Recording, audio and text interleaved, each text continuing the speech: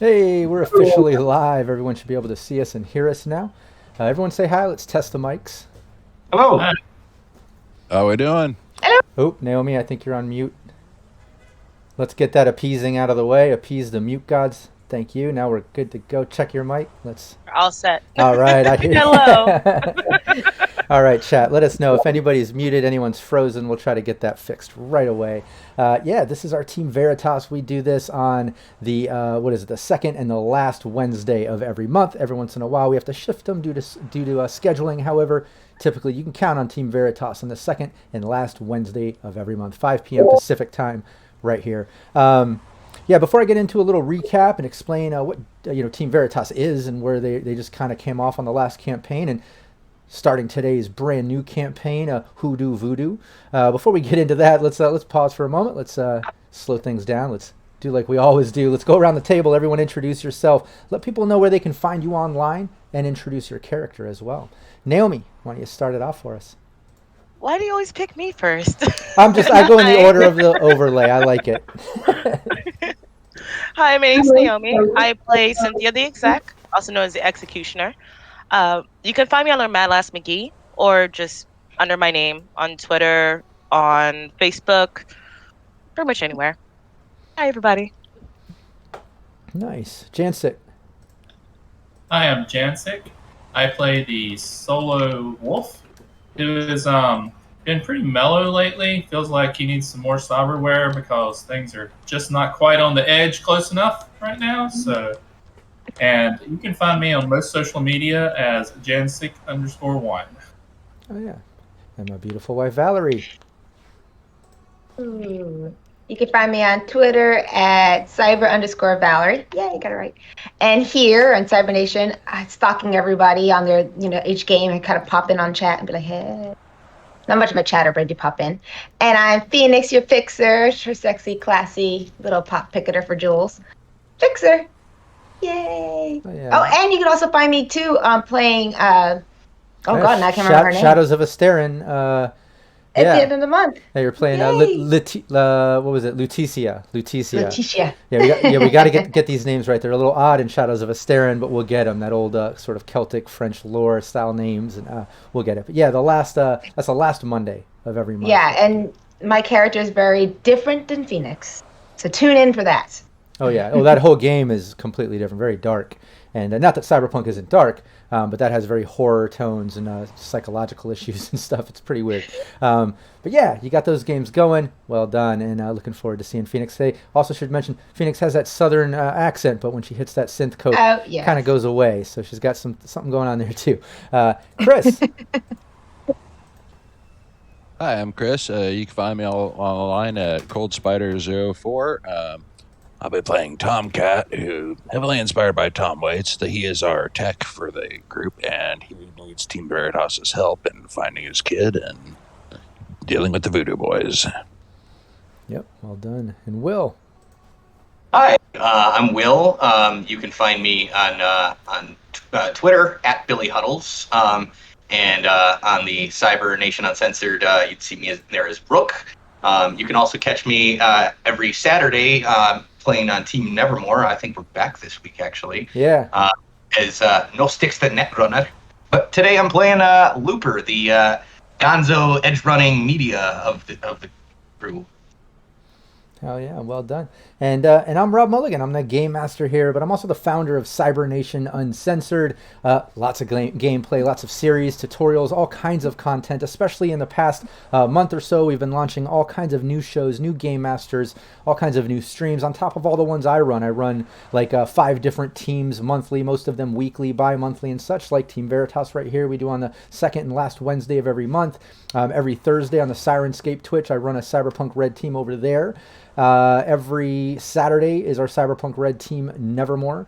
On the last Sunday of every month, I run our all femme cast of Benny Gesserits on our Dune stream last Monday, as my wife mentioned, Valerie, we do Shadows of Asterin on the last Monday.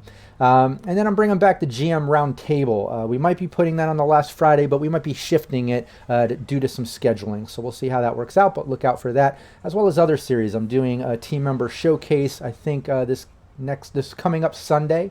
That's going to be a monthly sort of stream to showcase different team members, because as we've been expanding, it's not just a bunch of streams, but a bunch of team members and everyone behind the scenes kind of helping things happen, you know, community manager, brand manager, promoters, promoting managers, and just all kinds of stuff that we're expanding at Cybernation Uncensored. So check that out. Make sure you join our Discord, follow on Twitter, anywhere you see Cybernation Uncensored. We have a really active community, and we would love for you to join it. We constantly have casting calls and applications for upcoming shows and streams, and we would love you to be part of it. So check it out.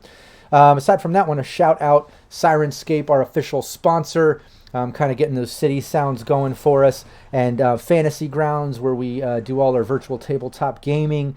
We also have Lion Banner Games, Modifius Entertainment. You see all the logos at the beginning of our stream, so I just wanted to kind of shout them out, as well as all my supporters on Patreon. We just launched some new spots on Patreon, a little $10 monthly that you get to vote on the upcoming topics of the GM Roundtable, as well as other voting opportunities. We got shout outs, gameplay opportunities, all kinds of stuff. So check out Cybernation Uncensored on Patreon. I'd like to give a shout out to the supporters there that opted in. All of you are fuel on my fire. You keep me creating and pushing this brand forward. I really appreciate all of you. Kevin Moreno, Joseph Holder, Naomi Madlass, William Huddleston, Jamie Minch, John Erfurt, Leaded Coffee, Chris Anderson, Matt James, GM Reservoir Panda, Rothan, aka Renegade 420, Revolver Gray, Samurai Max, Steve Barr at Sirenscape, Zeno, Zach Capricious Nature, Cyber Smiley, Raven, Andy Stretton, Copious Salt, Derek Lawrence, Daniel Terry, Alex Maxwell, Nicholas King, Tracy Goodwin, aka Stink Palm, Igor, Chris Callies, Night City Nasty, Homer's Odyssey, and Jessica Ferguson. All right, let me catch my breath and let's get into today's gameplay. Yeah. This is Team Veritas, basically, in Cyberpunk. You know, you have different options during character creation, and this team, they pretty much started their own corporation. I like to kind of do things a little different, you know, whether a team might sell themselves to a crime family, a corporation or something, or just be individual edge runners doing jobs. This team started their own Neo Corporation, a media company called Veritas. Their home base and where they live out of is an old abandoned firehouse. We'll bring up that imagery eventually. I need to get all those maps and things moved over to Fantasy Grounds. It's a process for me running all the teams, so I will get that there very soon, by next session.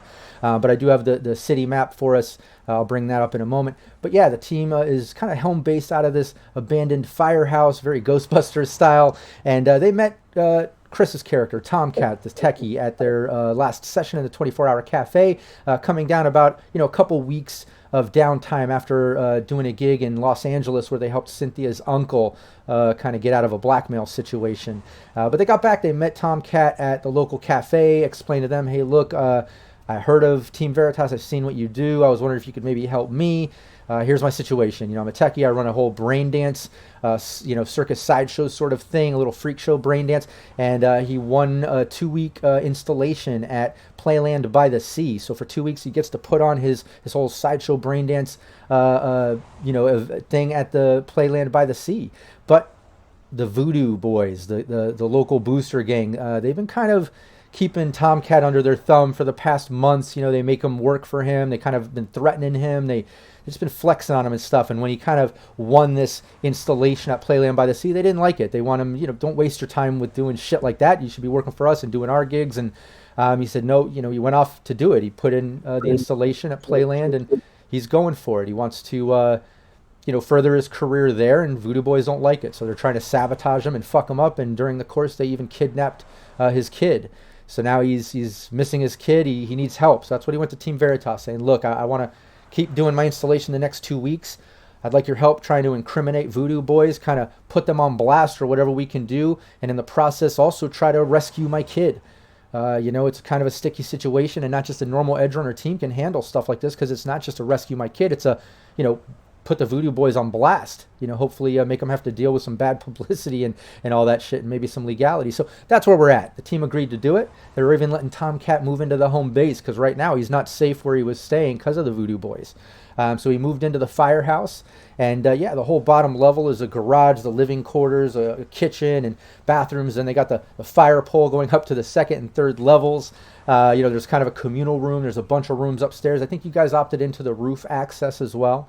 But the first thing Tom notices is it's a bit beat up. It's a bit run down. They kind of temporarily rigged up the hole in the wall. There's some security cameras, but they're not hooked up, and there's no system. the place is kind of rough. There's no security in place other than an old standard lock on the doors and windows, and those barely work. So I think that's where we're at. Tom Cat even mentioned at the 24-hour cafe, hey, I can help renovate your spot. I can upgrade weapons. I can do anything to help you guys since you're helping me. Yeah, and they kind of worked out that relationship. So that's kind of starting their relationship together. So what I'd like to do is put you all in the firehouse, let you guys kind of engage in the conversation of Tomcat noticing that there needs to be upgrades and maybe offering his services in the future. Obviously, you don't have time to gather supplies and work on that right now. You have to get to your installation and get that going at Playland by the Sea. But let's at least have that initial conversation moving into the firehouse and just kind of feeling out the characters a little bit more. So there you have it. There's the recap. Let's dive in. I'll pass the mic onto the team, and let's let Tomcat maybe take it from here, noticing the firehouse needing some renovations. Well, it's appropriate it's a firehouse because this place needs burnt down. I find it charming. It's not bad, but there's... You weren't kidding. There's a few things that need fixed. I mean, it's a roof. And by... Say, we put a roof over your head, boy, and you're gonna insult our home? Well, I mean, home's kind of stretching it, Looper. The Voodoo's cage wasn't that bad now that I think about it. The synthetic pig heart lifts. I don't know. It's better than the cargo container I was living in before. So I was staying in hotels, so. This is kind of a downgrade for me in Phoenix. Hey, when was last? Right. When was the last time you had those security cameras checked out? Oh, I don't think we ever have. I know we had security cameras. I didn't even know we had security cameras. There's probably stuff on there from the last tenants. Those are plugged in at all. Huh. I still think might we need work. that auto-locking door when we leave. Would you guys want to do that with a thumbprint or DNA? How would you want to go about that? You can do that. Sure. Well, there's too many of us. Well, how about we just go with key cards? Cards work. But what if one of us, Key cards. Looper, I'm gonna need you to staple it onto your skin, man. Can you we can maybe put a... No. Let's do biometrics somehow. Looper will certainly leave that key card, and we'll have everybody in here. Thank you. Just don't give him one. He's always with us anyways. Things are good. We're not that popular, I don't think. Can you imagine the conversations though? We locked Looper out, gotta let him in. Well, he'll be with you anyway, so. Debatable. Mm. He's always running off doing something stupid. Hey. I can continue my walk around and walk over to the fire pole, just kind of tap it. This is the only solid thing in this building. Truly. And it is awesome. It works great. All the way from Want the to top. try it? Pretty sure that's load bearing, so just careful. Oh. Rite of passage in this firehouse. You have to go down the pole. Yeah. And you have to shout. So, all right. Going up the pole, or going up the stairs, going up the pole. You gonna do an athletic check, see if you can make it down without busting your ass at the end? I definitely did. Yeah, and everyone can kind of settle him in one of the rooms as well. Can kind of post him up so he can have his own room and settle in. That'd be kind of good. Take him around. And it gives him a chance to kind of see everything. There is roof access, which is kind of cool. They opted in for that. So anytime you guys need to hit the roof, get a better view or whatever you might use that for in the future. Like you said, there's the fire pole that's intact, the bathrooms, the kitchen, everything's functional. The big garage door where you can pull right into the whole bottom level where the living room is.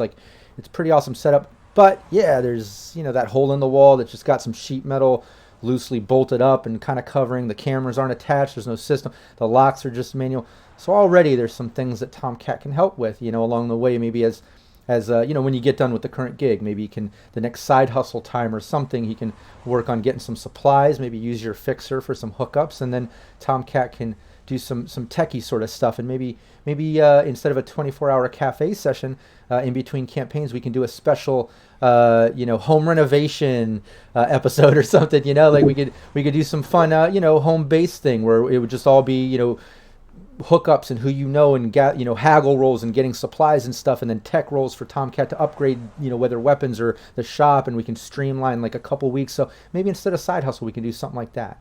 That would be fun. Yeah, no, and I like that. It'll give Tomcat a chance to flex his tech skills, a chance for him to kind of hook up the team that's allowing him to stay here and helping him with his gig.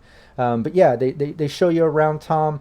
Maybe the team has a slight discussion, letting them pick a room or settling in a room for a moment. If anyone wants to lead that up.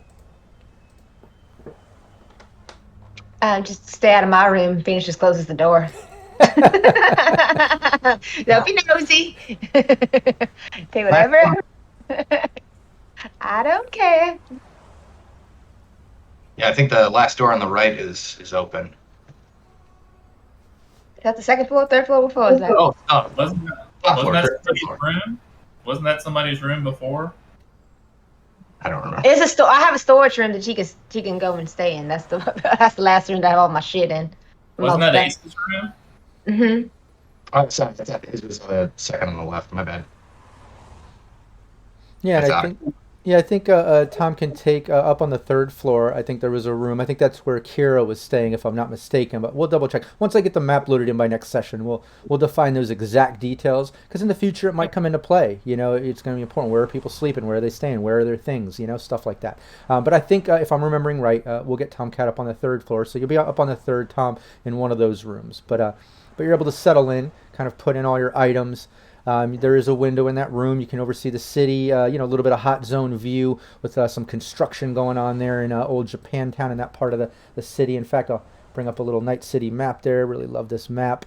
Let me see if I can give everybody access to that as well in Fantasy Grounds. Give me 1 second here. Get a little sharing. There you go. Everyone should be able to see that awesome map there. Oh, that's really cool. Yeah, I love that map. Oh, hey, thanks, Stormwolf. Got a +2 for the team, so keep track of that if you need a +2. But yeah, he gets settled in. He's got a room up there. Everyone's got their room. You're able to kind of, hang out, get some sleep, considering this was the same day as the 24-hour cafe.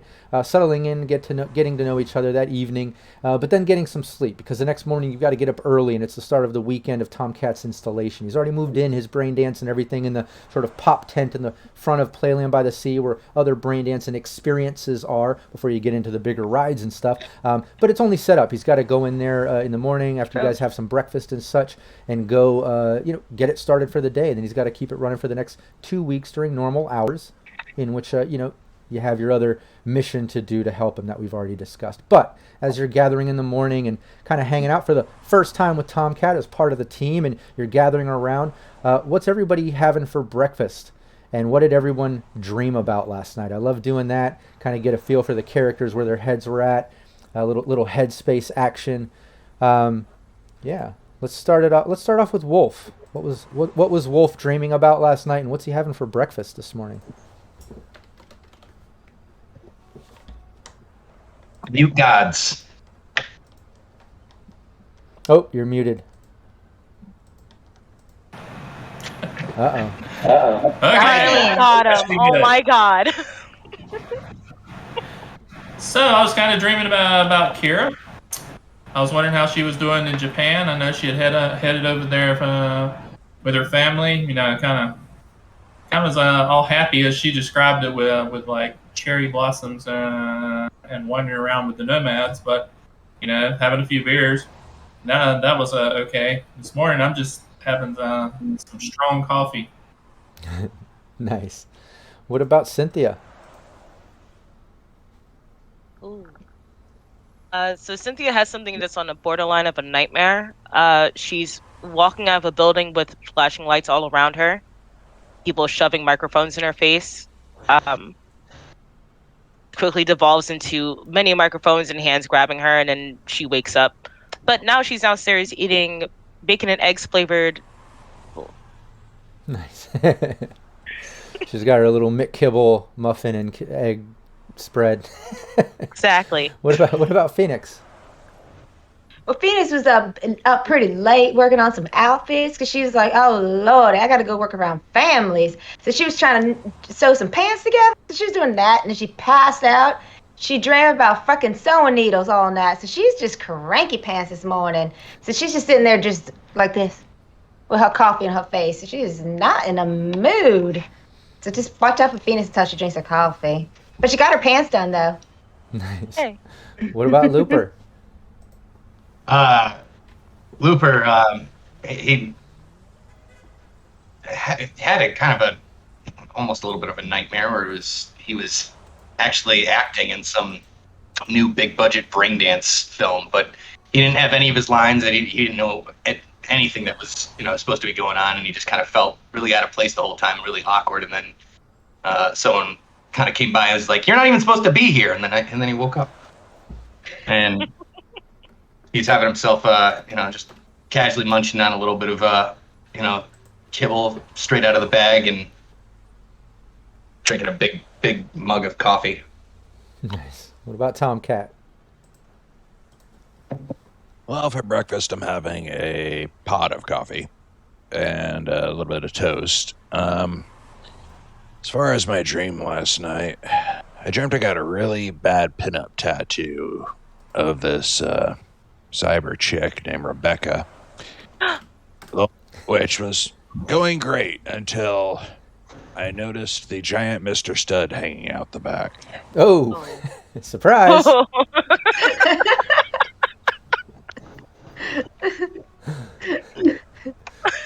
What you paid for? Which you weren't against. It was just a surprise. Just a surprise, and now it's a talking piece, right? It's something to talk about because it was a permanent tattoo. No, it was a dream. That's a nightmare. You wake up with Looper hovering over you, tattooing. Oh, hey, go back to sleep. Go back to sleep. Yeah, we took him out in the middle of the night after when he passed out and had it tattooed on him. Exactly. Nice. All right. Well, yeah, everyone's together. They're able to, have some breakfast, mingle a little bit, chat about some dreams. Sounds like some unsettling little borderline nightmares a little bit, maybe some tension rising. Makes sense. You got somebody new in the team under the same roof, sleeping in the house and starting a new gig to help this new team member in person sane with you. And it's kind of sticky situation. You got to maintain him keeping up the braindance installation at Playland by the Sea, which is a nice theme park and stuff. But in the meantime, he's getting fucked with by the Voodoo boys, and you got to kind of throw them out of the bus, fuck them up, but also rescue his kid in the process and not jeopardize that in the process. So, a bit of a situation. But let's get into it. The team finishes their breakfast. Oh, shout out, Nutty Artist gets a +2 to the team. Thanks so much. But yeah, you finish up your breakfast, finish some morning chat, and you're able to grab a combat cab and head over to Playland by the Sea. Let's remember Kira the Nomad did give Phoenix some driving lessons. She has driving skills now, but you don't have a team vehicle. So something to work towards maybe in the future. If you get a team vehicle, you have a driver. Phoenix can handle it. But other than that, you got to take combat cab, deduct 100 eddies. I don't know if collectively, if everybody wants to put in 20, that kind of works. Yeah, it's going to cost that for everyone to pile in a combat cab and head over to Pacifica. Let's see. Let me bring up the map here. Yeah, you'd be down there near... Pacifica. What was that? No, I was quoting the game. Oh. Nice. She was having a moment. Yeah. Pacifica's just Pacifica. Exactly. Thank you. There you go. Zoom the map in there just a little bit. But yeah, you're over there down kind of like in South Night City, across from the center. You make your way through combat cab across the San Moro Bay and end up down in Pacifica, where you kind of roll up and ride up to Playland by the Sea. The first thing you notice as you're kind of getting dropped off by the side entrance, which is where employees go, which Tomcat has kind of directed combat to go. Yeah, the first thing you notice is all the neons and advertisements and holograms kind of hovering above all the rides, and you can see kind of a roller coaster and other sorts of rides and just different monuments and things as you're approaching. You're kind of loading in a little bit before doors, but as you're getting to that sort of side entrance, you see over by the front, there's already a huge line of families and lots of corpo-looking families and people that can afford not only to get in, but can afford the time to be able to take off surviving a night city just to enjoy something like this. But there is a line out front you see waiting for doors to open as Combat Cab drops you off, and you start making your way in the employee entrance. Shout out to Sun Walker for joining us. First time chat. Thanks so much. Hope you like some Cyberpunk, because we're playing some Cyberpunk Red. But as you get there, you make your way up to the employee entrance, and it's a security check. Basically, a couple security guards are there. There's a security scan sort of tunnel. You can see some security guards behind them. But as you're going, checking weapons. So they're basically taking everybody's weapons, giving you check tags. So anyone that has any weapons visible or out, they're looking to take those. Pistol on the right on the counter there for him. Everybody else, what weapons you got? Are we going to be able to smuggle anything in? Do you have a hidden holster? The guard looks at you and says, "No, that we don't accept things like that here. Please leave all the weapons right here." I'm pretending like you said that out loud. Yeah. I can't give him my arm, and my fan is going with me, so I don't have anything. I have a hidden holster. Are you revealing? Are you revealing that to them? Anyone? No.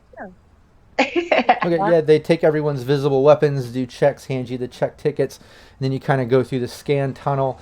You see the sort of scan lighting up as you're walking through, and you see like little sort of laser pointers kind of coming out of the sides, following as you're walking through the tunnel. Anybody who has internal hidden holsters, you see it kind of pointing and putting a glow like on your leg and following along as a laser pointer is kind of coming out of this wall, this sort of clear plexi wall. So anybody with hidden holsters, it's hitting that. Even your cane, isn't it Looper?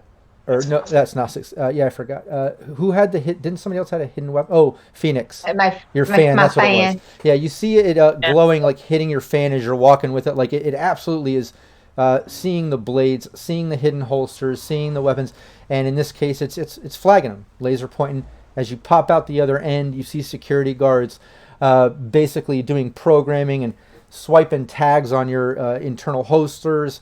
And you see like this sort of red hologram arrow pointing at your leg, kind of pointing out internal cyberware. If anybody has Wolvers, Big Nucks, Rippers, any of that.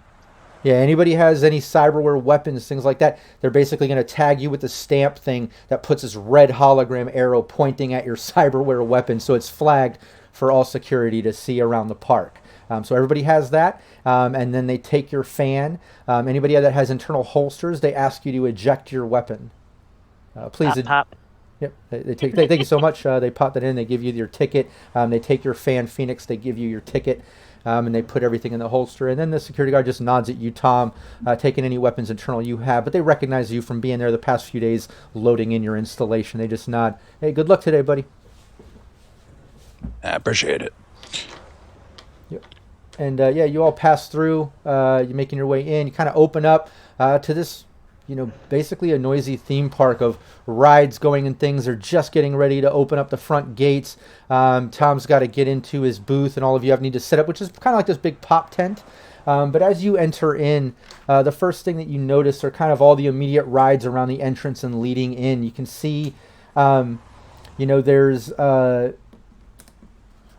there's Corp brand monuments is the first thing you see, this being kind of that caliber of theme parks. So you're seeing different branded sort of CEO statues and holograms, like with, you would absolutely see it as propaganda being edgerunners, right? Like they're hyping these corporations as like philanthropy, like organizations towards Playland by the Sea and like all this bullshit, right? But it's all these different monuments to different corporations. Then you start seeing the different rides beyond that entrance, like combat cabbies, which is kind of like bumper cars, but combat cabs. You can see the Bozo Funhouse, Richard Knight's roller coaster with this huge hologram of Richard Knight kind of like tipping his hat as the roller coaster kind of goes through him. You see Tomcat's sideshow brain dance experience, and right next to that, you see the Alley Cats experience with little image of Alley Cats the Rocker. If anyone's familiar with the weekly Sirenscape stream, Alley Cats the Rocker, she's got a brain dance installation here as well. But you make your way in and over to Tomcat's tent, where you can see all his brain dance machines hooked up, his computer, his promos and stuff, and I'll let you all take it from there as you enter the tent. Yeah, sorry the place is a little bit of a mess. It's all kind of scattered around, but I don't know. This place is a lot bigger than I expected. Yeah. Too many people, man. just keep your eye out while you're over here. Occasionally some of the Voodoo boys will do passes, but it's usually once every few hours or so. Which sorry, real quick, out of character question. I know we had that Blueprint bought that Cyber Eye and micro video, but we haven't run that and getting it installed, have we? Yeah, I mean, if you have the eddies to get it installed, okay. Yeah, you could do that, because if you remember, after the last cafe, there was that other week of downtime or whatever. Cool. Just wanted to make sure on that.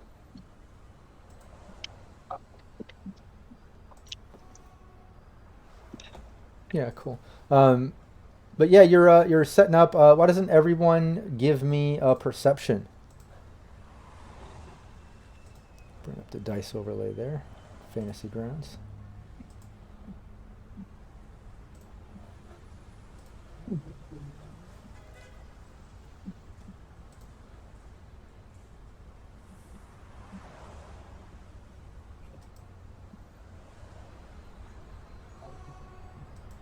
Did mine go? Yeah, I'm seeing them go through. There you go. There's yours. Okay, cool. Yeah, it looks like, as you're kind of entering the tent and Tomcat's kind of getting things organized, it looks like, Cynthia's a little preoccupied maybe, but Looper and Tomcat, Phoenix, Tomcat, Looper, all of you notice this. We'll say maybe while you're kind of lining up the brain dances and booting up your computer, and Wolf isn't really noticing. So yeah, Cynthia and Wolf maybe are doing a little scanning outside, checking the crowd kind of entering in that are starting to just open the front gates, doing a little reconnaissance of the area. But while Tomcat's setting up, Phoenix, Looper, Tom, all three of you notice to the side of one of the brain dance machines, Tom, when you kind of straighten it, you find this little sort of voodoo doll looking thing. Has a mohawk, a little tacky plaid blazer. It's sitting there. It has some bullets kind of like jammed into the body of the little doll, and it looks like there's like a ring of gunpowder kind of put around this doll, and it's just kind of set up in the corner there. Are they trying to imply intimidation against you? oh, this is Tuesday for them. You should see what they days. Well, that's just fucking creepy. That's just typical. Well, Do you collect them, or is this like a typical? Is this the first one? I was throwing them away. Actually, the last one I just threw in the ocean. Actually, I believe that's the exact same one. So, which means they watched me throw it, went back and got it, put it back on my shelf. So. Oh, then I would just keep it out there and just let them know that you ain't scared. Just leave it. Whatever. Sell it off as a prize, one of the carnival rides or something. I would just collect them. They're kind of cute if it looks like you. Yeah, and if I think Tom would be pretty familiar with Voodoo Boys. Maybe the rest of you have kind of heard of them. You've heard of most booster gangs. You're an edge runner team. You run a media corporate Neocorp, so you'd be kind of keen to what's up in the streets, and you would know what's going on. But just to get some of those details, it'd be kind of cool if everyone just either does a library search or a streetwise.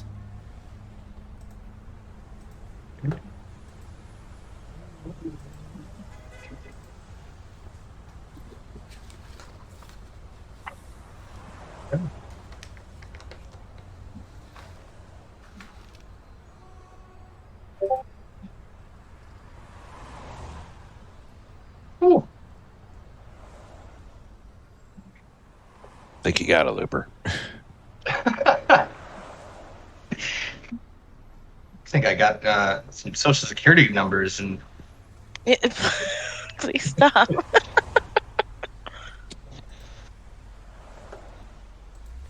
Yeah, you all are kind of like looking things up and checking it out.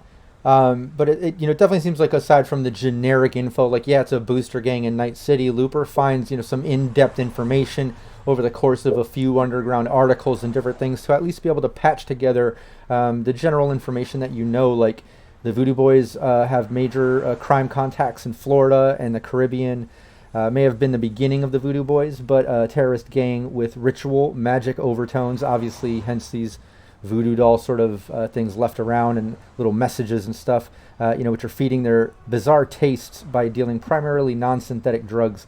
But that's been changing recently as real Haitians and other refugees from the decimated Dominican Republic have started to move into the area. These immigrants have taken offense at the so-called Voodoo Boys and have taken so expressing their displeasure by maiming victims and dissecting the dead with machetes, leaving body parts as warnings. Stay tuned. Well, that escalated quickly. Wow. Okay. So did you happen to say if these Voodoo Boys, are they the former or the latter? No, it seems like it seems It's a lot. Yeah. What? Which is why I feel like they're so interested in tech, because they've been kind of gravitating towards it.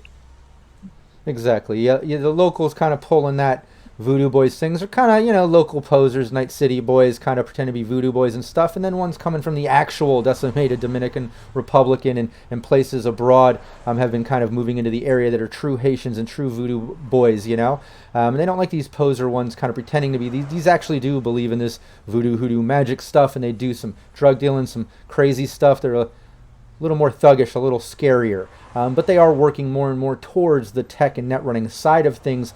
It's just a slow evolution.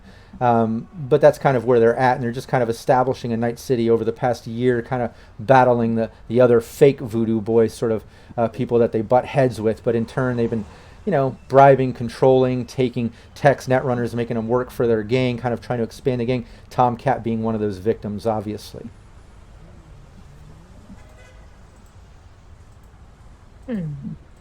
Well, let's not practice any voodoo, and I think we're gonna be okay. We can. Ah, Jesus. Fuck. So when are we expected? They're gonna walk by here? Yeah, I'm gonna step outside the tent, kind of look around and see if I see anyone spying on us. Yeah, give me a perception, Wolf. You and Cynthia can both give me a perception, since you guys kind of, failed the internal perception sort of look. Maybe a little more attention was on the outside of Tomcat's tent setup. So let's check this perception and see if that's where your focus was. If not, we'll say you were fucking around on your agent, not paying attention to anything. He was Absolutely. keeping an eye on, make sure I didn't steal it again. Yeah. Oh, there you go. Those are good. Cynthia, that's at least average. You're looking over, you're seeing the families coming in, the corpos, people kind of scattering, following the kids that are running off to their favorite rides, and hold up, honey, and that sort of thing. Just normal family stuff. It looks busy. It's filling in fast, and you can see there's like a lot of people, aside from going to the rides, there's a handful kind of migrating towards these experiences. Some going towards the Alley Cats experience, some towards Tomcat's Brain Dance Sideshow. So it's about to start up. Tomcat's probably going to have to boot up the system, get things going, be ready to start up the first round of sideshow stuff. But Wolf, while you're looking over everything, you see the same exact thing, with the exception of you do see a couple Voodoo boys, and they're so easy to pick out. I mean, like, they're coming in the front gate. Obviously, they had to go through security, scan checks, all the same procedures everyone does here. It's very secure here, but they stand out because they're still wearing their gear, their colors. They don't look like family fun at the at a theme park sort of people. And you see them kind of walking in with the crowd, eyes on the sideshow tent set up the whole time they're walking, but they keep going, not coming towards you, but just kind of walking across the front entrance, like off towards the rides, but eyes on all of you the whole time. Kind of give them a smile. Hold up. Let me get a. Okay, I got them in frame. Recording. This thing is green. Oh yeah, definite upgrade. Yeah. All right, I got them in frame. Oh, let me get that Voodoo doll too. There we go. And while you're filming, Wolf does a little smile and nod, and you see them kind of like shrug at you, and then they start like talking to each other as they continue walking, kind of disappearing into the crowd and rides. But yeah, Looper's able to film a little bit of the Voodoo doll in the actual tent. Tom, you're in there. Everyone's kind of in the installation now after seeing that. And there's a crowd approaching. It looks like you got to kind of boot up, get things going. All right. Well, I get the switch flipped. Any of you guys want to try this before I set it out to the customers to give it a shot? No. Yeah. No, I'm just gonna keep an eye out. I'm afraid that might cause some trouble just because you're trying to actually run a legitimate business. Alrighty. Flip the switch, hit a couple of buttons. All right, ladies and gentlemen, step right up. Come on. Come all. Come see the brain dances. Come live the life of the freak. Come live the life of the geek. And everyone's like taking notice and like, oh shit, and like all talking to each other and making their way up, kind of gathering around and starting to filter in. But you notice when you flip the switch and kind of boot everything up, instantly you see some sparks kind of come out, and you smell some smoke. And you can see the main hard wiring going to your chain of brain dances has just caught fire. Ladies and gentlemen, maybe take 5 steps back. Everyone's like looking concerned. Where is your fire extinguisher? Put that out. Back to the question. It was hanging right there, but it's not anymore. Crap. Hello? Have you? Is Emma with us? Does anybody with us know electronics and how to get fire out on electronics? Because I do not want to put water on that. Hello? Yeah, Cynthia's Jeez. Sorry. Emma's stepping back, but yeah, you have Anchor, which is kind of mini tech, maybe Tomcat's assistant to teching when it comes time, because it's Cynthia's, which maybe can upgrade to a different position or change. But he kind of steps up and helps put it out while Tom's booting up the brain dance, and puts out the fire for you. Do I need to do any kind of a tech roll or? Yeah, let's just do a basic tech for the hardwire. To see if you can get it working even with a little bit of fire damage, wrap it up, fix it with a little bit of duct tape or something. Let's see. Oh, nice. Yeah, you fix it up just fine. Anchor gets the fire out. You're able to get some electrician's tape, maybe rewire a little bit of it and wrap it. And within just a few minutes, you've got everything booted back up, even before the crowd's able to kind of walk away. They're still backing up kind of concerned, but you've already got it fixed. All right, ladies and gentlemen, come on back. It's working. I swear you will not catch on fire. That's what he wants to hear. Yeah, you're quite the showman there. Doing great. Some of the crowd kind of come on, honey, and they grab their kids and they just kind of like walk off and heading towards the other rides. But the rest of the crowd does come in. They're kind of interested. They're looking around. They're kind of getting up to the brain dances, plugging in and hooking up, and you see people. They're enjoying it. They're entertained by this sort of sideshow brain dance thing. Oh, I see a kitty in the back there exploring. Cynthia, you got a little kitty experience in that brain dance. But Tomcat, why don't you maybe give us a couple of what these experiences are? Maybe explain what some of these people are witnessing and experiencing. Well, we have this one over here. When I say the freak and the geek, I do quite literally mean living the life of the geek. You put the goggles on and you live the life of a person living in a cage, addicted to be black lace, and their only means of food is eating the heads off chickens for entertainment. Not great, but hey, pays bills, right? We also have this one over here. This is the life of a person that's lived their life in the wasteland. It was based off of a video game I'm fond of called Fallout, but basically it's the life of living as a feral ghoul. But unfortunately, since we don't have that in this universe, the way I understood it, they made the brain dance. They had to make it look as real as possible, so I try not to ask a lot of questions on that. Yeah, and you can see the person in there kind of, living as a ghoul in that brain dance, and they're like, oh my god, this is so real, like I can't believe it, I feel like I'm really a ghoul, this is insane, oh my god, what the fuck. And then, yeah, just wanted to show off that. Little green ghouls.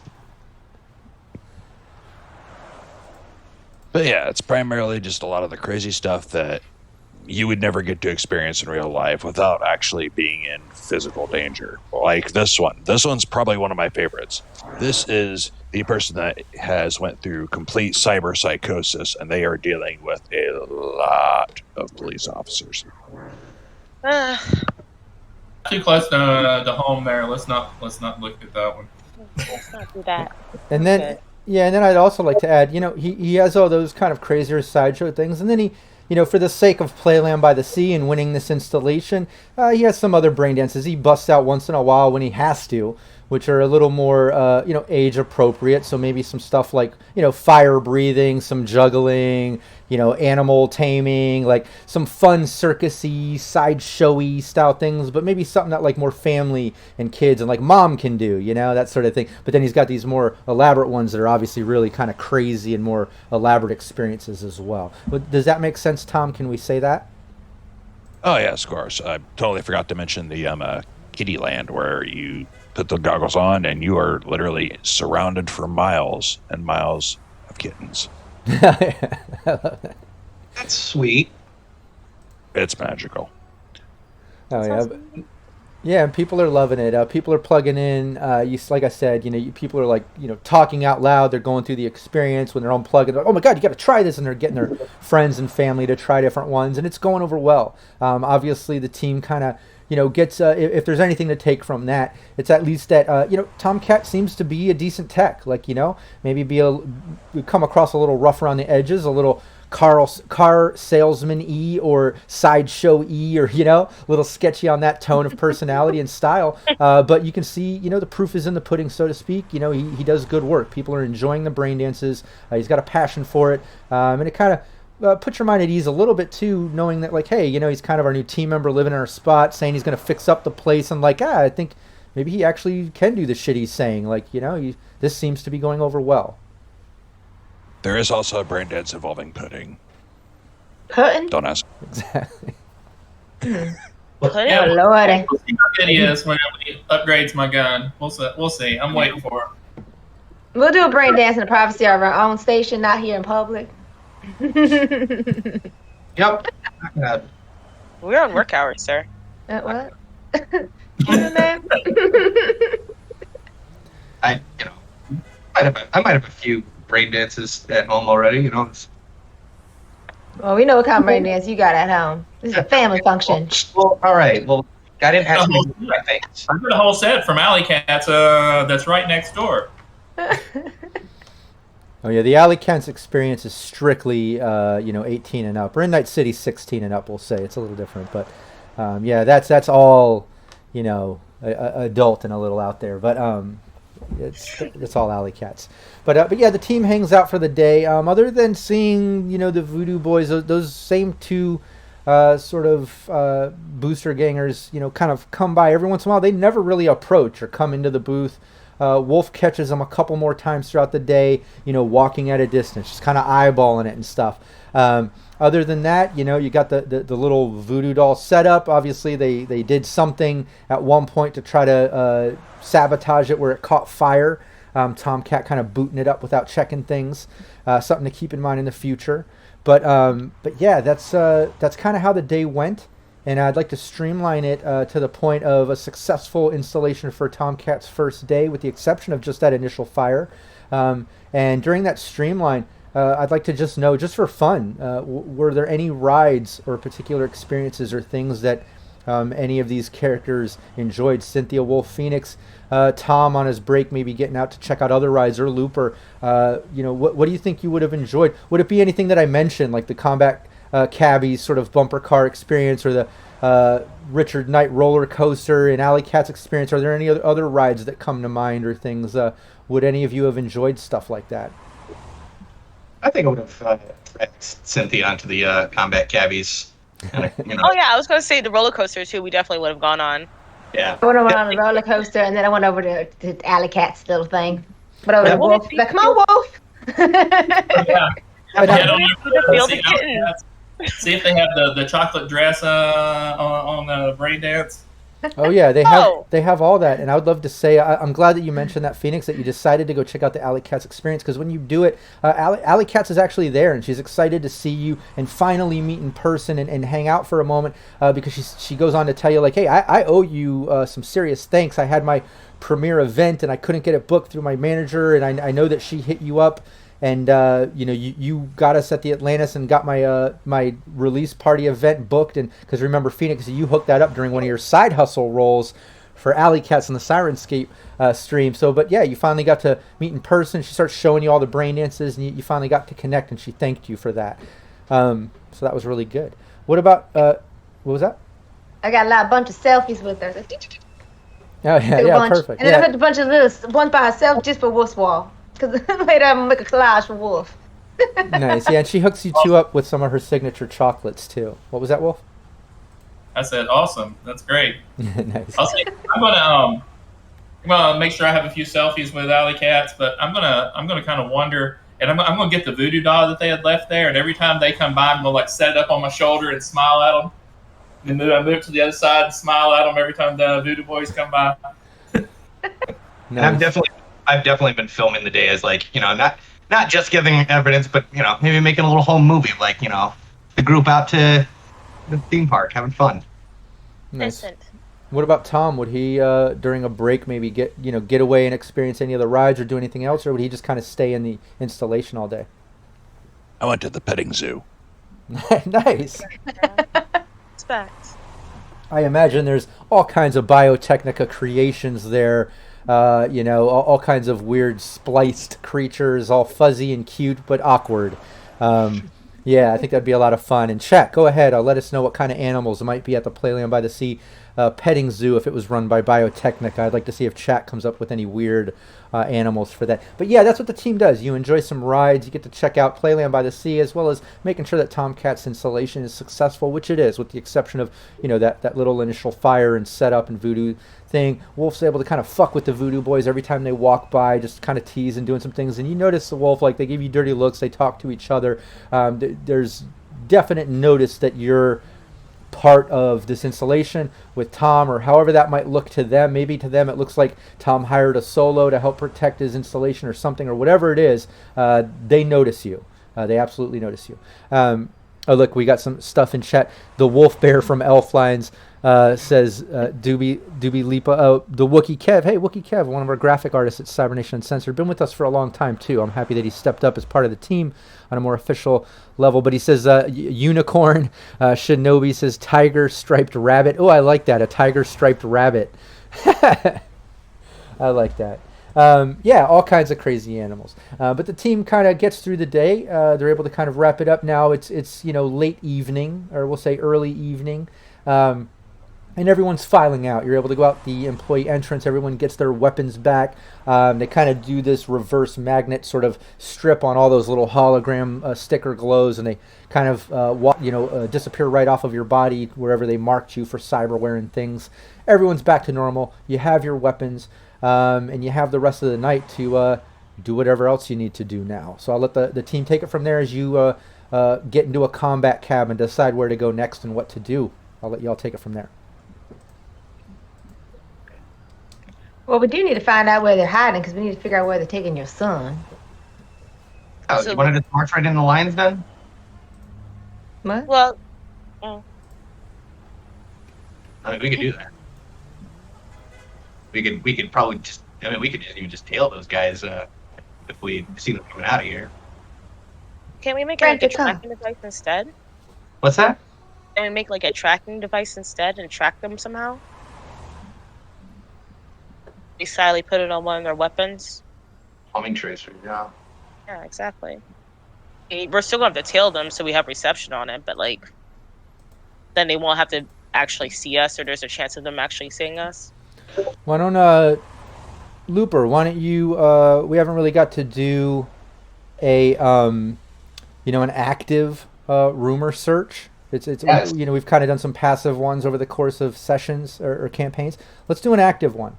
Let's have you've got to find out kind of where the Voodoo Boys hang out. Tomcat's in the dark there. They don't really invite Tomcat over to their home base or where they're keeping things or doing stuff like that. They've always gone to Tomcat's installation, his hookup, and fucked with him, kind of got him working for them in that sense. So he has no idea. Phoenix could do a bit of a streetwise check potentially, but let's start with let's have Looper do an active rumor check. So basically, it would depend on if you're getting vague, typical, substantial, or detailed. Depends on the active DV. I'm not going to set the DV on that. I'm going to allow your role to dictate how much of that rumor comes back to you. So feel free to use +2s if you want or anything like that. It's up to you, or luck, whatever. I'll use one of those +2s, and then I just do a credibility roll, right? Exactly. Yeah. Yeah, it would No. be it would be your well, actually no, it wouldn't be credibility. Sorry, credibility would be for the believability check or whatever. In this case, it would be kind of the appropriate stat, relevant skill, and a DV D10. So in this case, I think it would be more streetwise. Okay.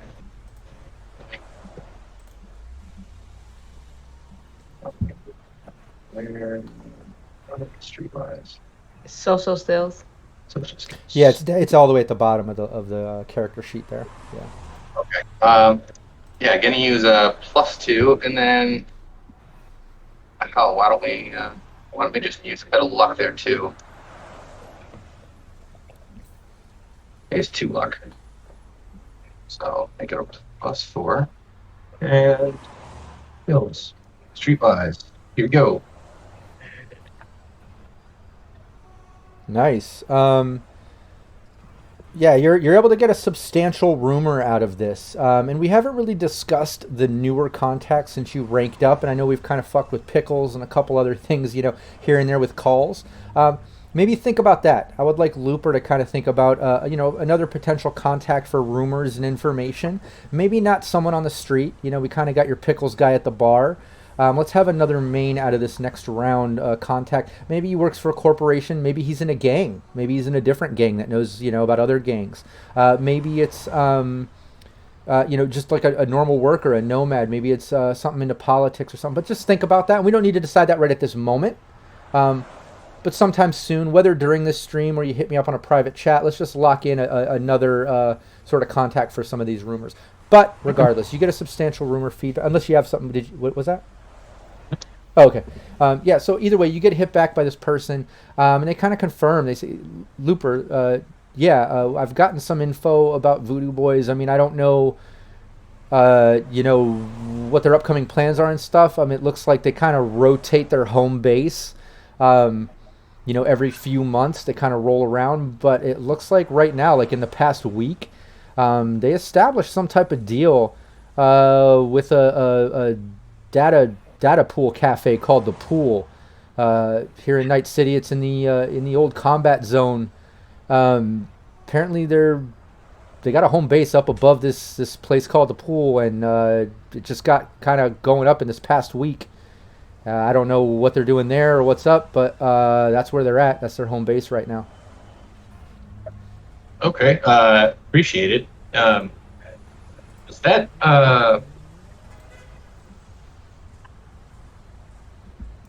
Oh, okay, never mind. I thought it was Vera. I thought that was Vera's place. I was just gonna be like, oh, No. Vera. Yeah. What was the name of that place? I don't have that right in front of me. she had a club, not a data cafe. Yeah, she had a brain dance club. And now that's bothering me. I had a whole map for it and everything, and now I can't remember the name of that club. It was awesome. She had the isolation tank brain dances and everything. But yeah, no, this is a data pool sort of pool cafe. A data pool cafe, and it's called the Pool. Oh, And why doesn't Looper, Phoenix, Wolf, and Cynthia, all of you, give me a 1d10 and let me know if it's under your intelligence stat.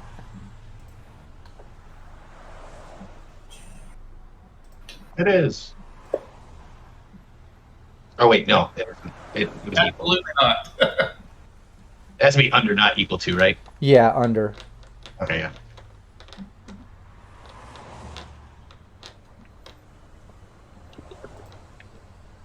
I was just a little smarter.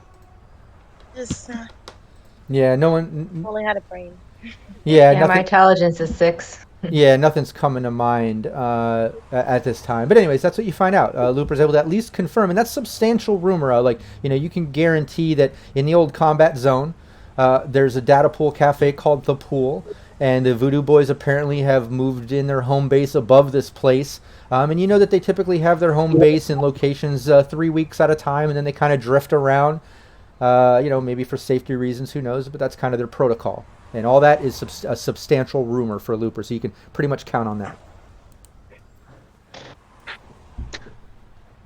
Well, you guys feel like going to check your email? Yeah, why not? Looks a great idea. Gander at the place? Oh yeah, I'm ready to unload on some spam. Well, we can go rent a car, or we're gonna have to take another cab. Deal a It car. would be more expensive, renting a car or getting a cab. Well, we could always. It would, yeah, it would Plenty be. of people here. Yeah, and just to clarify, sort of, Night City mechanics and how it would kind of work as far as vehicles. Like, yeah, a combat cab is typically anywhere from 50 to 100 eddies to get anywhere in the city. Mostly 100 if you're going across the city, right? Renting a vehicle can be anywhere from like 20 to 50 a day, depending on the quality of vehicle, which is cheaper. But then you're responsible, if you're not, if damages happen to it, things like that. And a lot of rentals in Night City don't have insurance coverages and deals like that because of it kind of being the international waters of cities. So a lot of independent businesses have their own like little deals and hookups and things they might do based on that. But that's the only kind of give and take with that. Yeah, a little bit cheaper. But then if something happens, yeah, it might be bad. What if No. he's already have like a hookup with somebody who can borrow a car from, and just knowing people around? Yeah, we could make one of your hookups potentially have something like that, like a vehicle to borrow.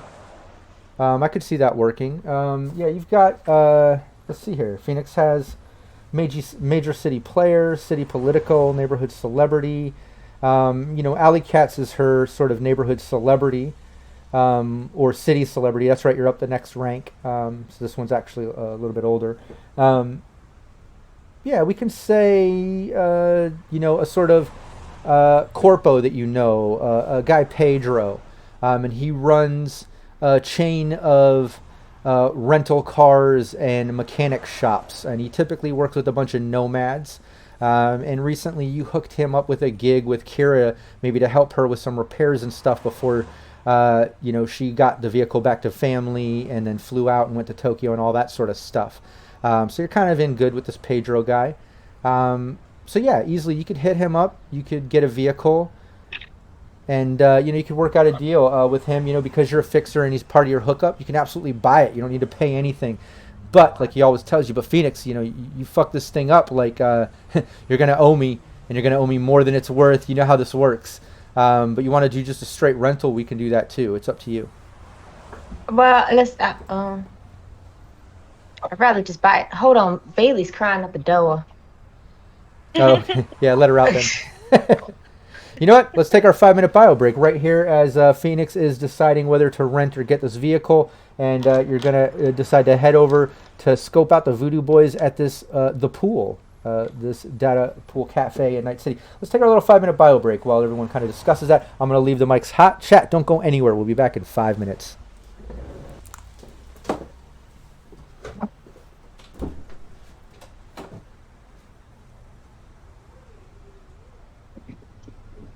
I wanted to make a pager offers your protection joke so bad.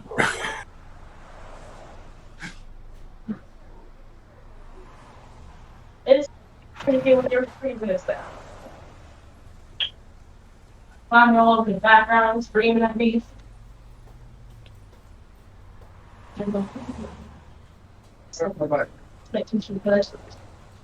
Just like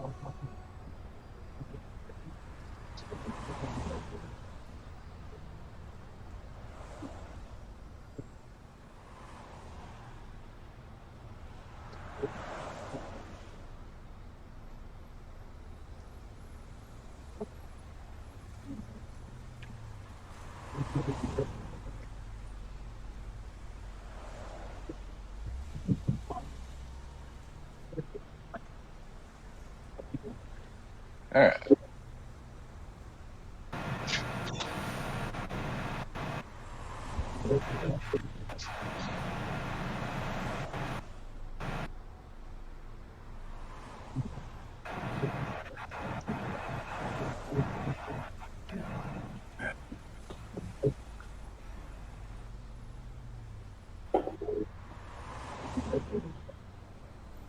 All right, Chris, let's go in here and start some trouble. Yeah.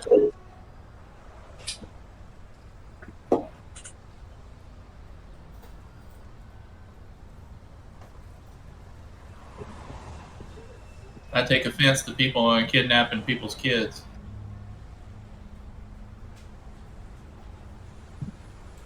Yeah, one of these days I'm gonna have to ask you about that ring around your neck.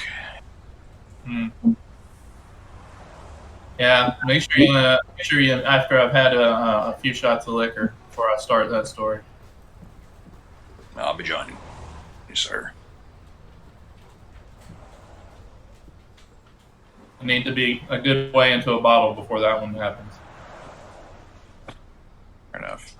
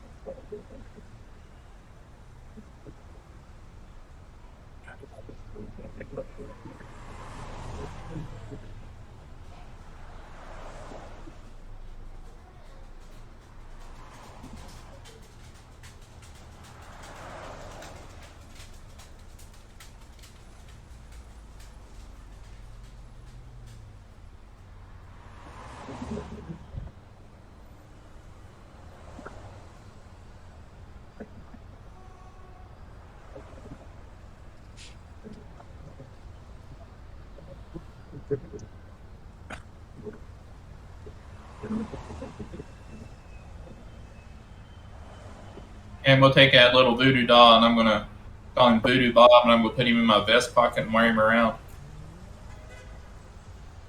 That's always good to have a souvenir from the fair.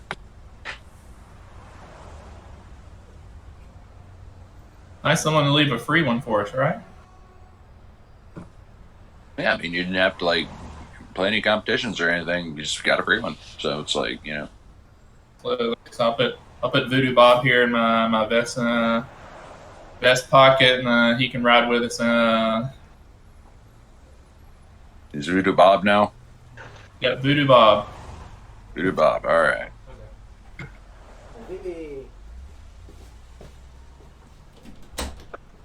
Oh, Lordy. Chris, you changed angles. Now I'm all confused. I don't know what to do.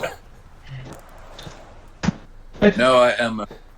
My headphones were plugged into my phone. Then my phone started dying, so I had to unplug the headphones and then plug my phone in. So now I'm just using, you know. Making it work. You're making it work. I will make it work at some point, I swear. I would like it to be known, if I ever fall and break my neck, it was not my fault, it was Milo's fault. That's usually how it works.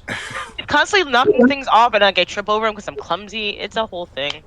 That's how cats are. They're out to get you all the time. Our dogs leave the bones places, so I say they booby trap us. Oh, it's the worst.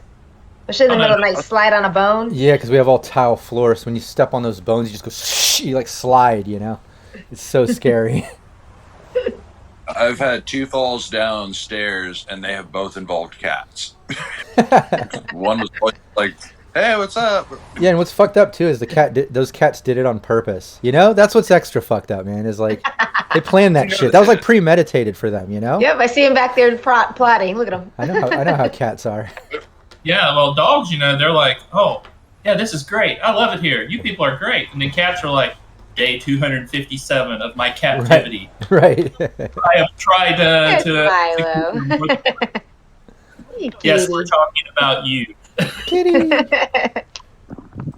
All right. Hey, what's up, Raven? I see Raven stopped in chat there. Hello. I'm telling Chris, I've got that voodoo doll, and I've named it Voodoo Bob, and I have it now riding in my vest pocket, going on the run with us. Nice. Yes. One of my voodoo books came with a little voodoo doll and stuff. Like, I have all these religious books and stuff on different religions and stuff. And some of my voodoo books, I have one of them came with a voodoo doll for money and stuff. We'll have to incorporate that in the stream. Is it wrapped in twine or is it burlap? No, it's all in burlap, and it has like the pouch in the body to put the coin, and do the whole money ritual. But Wolf is gonna have to rock a shoulder cozy voodoo doll or something. I have to figure something out. Attach Just it like here. stitch you to your shoulder there. Yeah. Anyone have like clothing skills to be able to sew it onto a shirt? So he's just stuck there. Oh yeah. Just gum it. Really? No duct tape, just gum. I feel like the duct tape would almost be funnier though, because like imagine Wolf just wrapped in like half in duct tape. Just slapped on there. Duct taping it to his arm. I was gonna say, when I was in high school, for Halloween one year, I tried going as duct tape man, and I tried wrapping myself completely in duct tape. And Oh. Raven Raven in chat says super glue.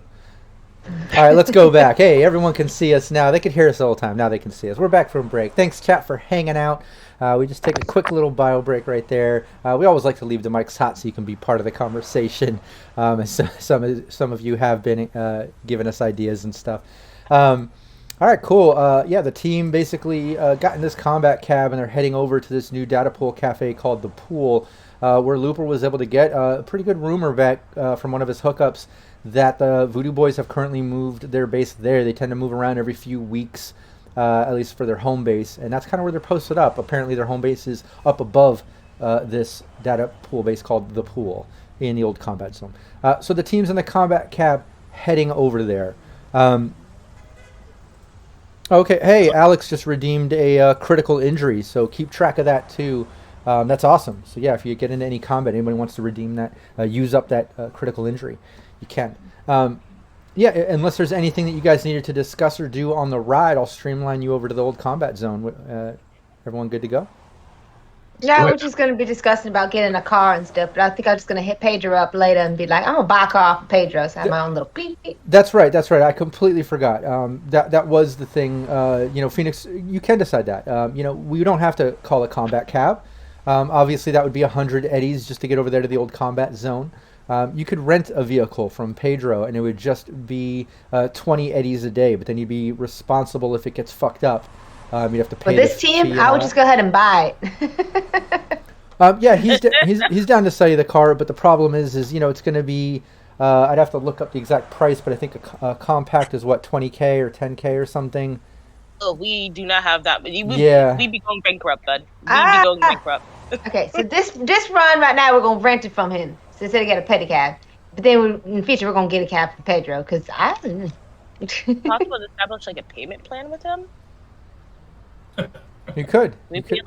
That's true. Phoenix could work out a payment plan if you want to try to do something like that.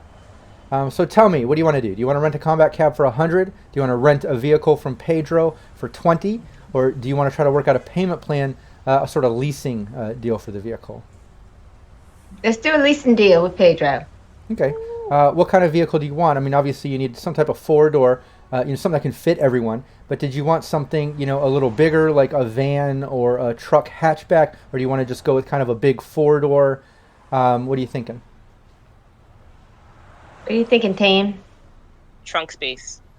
Always need to put a body in the trunk. It's either bodies or weapons. I'm glad we're on the same page. Thank you. Like a 78 Lincoln Continental. And after we're done with them, we can always just jack the cash and use that to pay for everything else. As long as it's not a minivan, I'm cool with anything. I don't want the crew to be riding around looking like we're team soccer mom. That's classy. Depends on what kind of van it is. If it's a white box van, it's not classy, it's creepy. Yeah. It'd be a news van. We are a news crew. Oh. That's true. We see some black balloon. Sure, we can get like some neighborhood kids to spray paint it with Team Veritas on the side to make it look legit. There you go. Or like it would not look legit. It would look even worse. Yeah, let's just do something simple with something with doors that we can get in and out of easy. And Phoenix, I also have a little bit too, I mean, You want to chip in on a car? Is that what you're implying? happy to help. Yeah. Okay, so what are we gonna get? Something fast, something with trunk space and enough to hold all of us. 1, 2, 3, 4, 5. Oh wait, 6, we need seating. That's why I said a van, because the fact that we have 2 extra people, we keep forgetting. Yeah. I was gonna say all of us, and I was like, oh wait, we have 2 other people that are just constantly with us that are just silent. Right, exactly. You've got Cynthia's minions. Being an exec of her level, she's got her assistants. She's got the little netrunner, Emma, and then you've got Anchor, the little tech. So yeah, I would say your best bet is maybe like an extended van, a sort of news van looking thing, very cyberpunk style. Maybe 2 wheels in the front, 4 in the back, like how you've seen some of those kind of modern cyberpunk vehicles kind of look. It kind of looks like that with an extended back. Maybe in the future, and I'll let you all decide what color it is for right now, but in the future, maybe you can pay to do a paint job, maybe the Veritas logo, or maybe you want to be more incognito. I don't know. But right now, what color is the van, Phoenix? Or if anyone wants to chime in for that matter. Hey, Team Van. There we go. He's an 80. That's too funny. No, well, if it's Phoenix's body, she's gonna be all bright and purple and red and all kinds of crazy shit. She's gonna be like blinging it out. It's sparkly. But at the team, what was that move? I said this doesn't show up at all. No, No one will know what's coming up in this. Totally. Yeah, being we're just gonna- incognito. it's just gonna be completely. It's just a black vehicle at this point. We're just gonna go strictly black. We're just gonna, bleep. Nice. And the inside's gonna be tacky. Outside, we're going to strictly go black. There you go. I will agree to this if we have neon lights on the inside. I like that. Yeah, we'll say the outside's black. The inside at least has some neons, maybe some purples and reds. Maybe you can even shift the colors and patterns and things, you know. But yeah, Pedro hooks you up, you know, and it's in decent condition. Phoenix, look, this is one of my top rentals. So like, you know, we can do a leasing deal. You're gonna have to pay me, you know, let's say $300 a month, and you know, once we're capped, we're good to go. And now keep in mind, I do want to do a little bit of research to make sure I get the actual vehicle cost kind of equivalent to Cyberpunk RED during that time. So we'll do that in between sessions, and we'll get that kind of squared away. But Phoenix, this is his initial sort of presentation with you anyways. Is, you know, this is what it is, $300 a month. All right. And if I do any kind of upgrades to the car and something happens, you take it with the upgrades. Well, Since it's being used for... it's yours. I'm saying, don't forget it's yours. You're leasing it. You're pretty much buying it. This is your car payment, Okay. you know, so. Okay. Yeah. I was going to throw in that since if the team's okay with it, we can reimburse her for the car as well, since we're going to be using it for business. So at least some of it will be the payment, but some of it be taken care of. Right, on the next job. We'll just work it all out on our next jobs and stuff. Yeah, can we just put it in with our monthly payment? Everybody, that way we can just throw it in with it. Yeah, the way to do that, you know, right now you release one big story a month is kind of how we worked out your housing expenses. In Cyberpunk RED, anybody chat watching, you know, you do have your living and your food that you have to account for every month. That's why you're doing gigs all the time, side hustles, all that shit.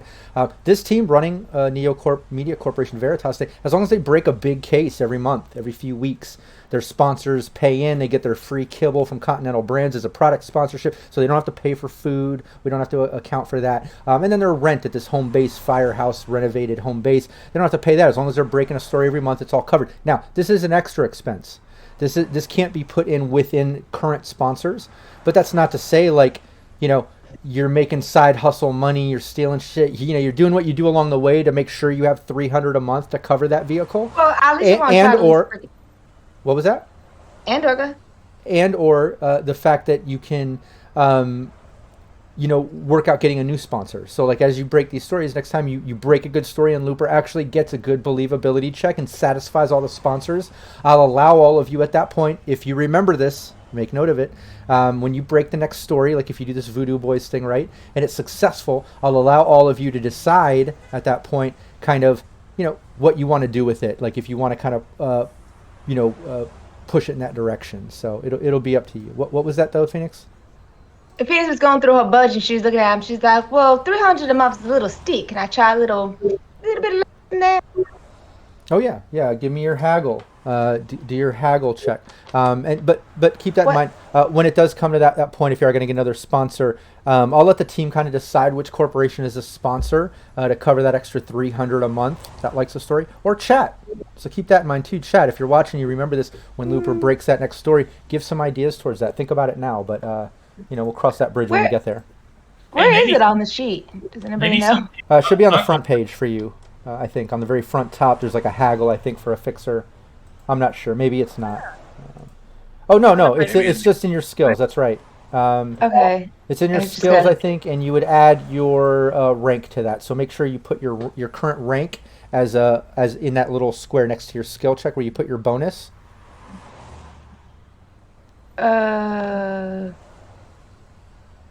But where's the actual haggle in here? Where would it be?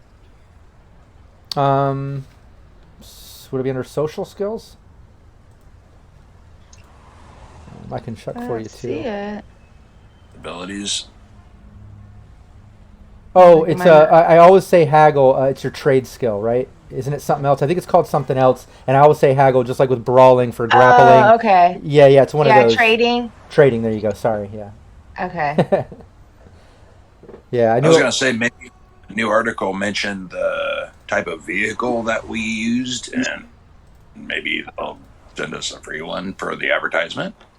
Well, you wouldn't. You're leasing this one now from Pedro, but that's not to say whatever brand that is now goes, hey, yeah, you're using ours for your thing. I'll kick you $300 a month to cover that leasing deal as long as you just keep using our vehicle. Maybe something like that. That's a great idea. So let's just see if the team remembers that when Looper breaks the next big case. If the believability check is successful, you can all decide on a sponsor to potentially cover that vehicle expense. If you do forget during that believability check, I'm going to bring up the car expense after the fact, and then you're going to have to try to remember it for the next time. I got a 23. Oh, that's awesome. Yeah, you get the.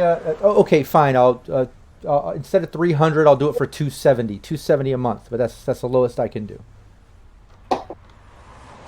270, guys. 270. That's pretty good. That's pretty good. Yeah, 10%. That's all I can do, Phoenix. You're busting my balls here. You want me to bust your balls? I'll bust your balls, darling. It's true. Oh. It's true. All right. Yeah, we're pretty settled at 270. Nice. Yeah, guys. Yeah, you've got the vehicle, and think about that too for feature customization. You've got Tomcat. Some nomads.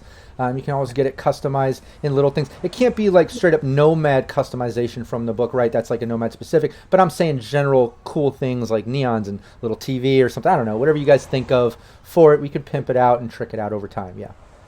And Tomcat being a tech. I'm changing the car. Rollins yelling, "Get in the van." What was that, Tom? What?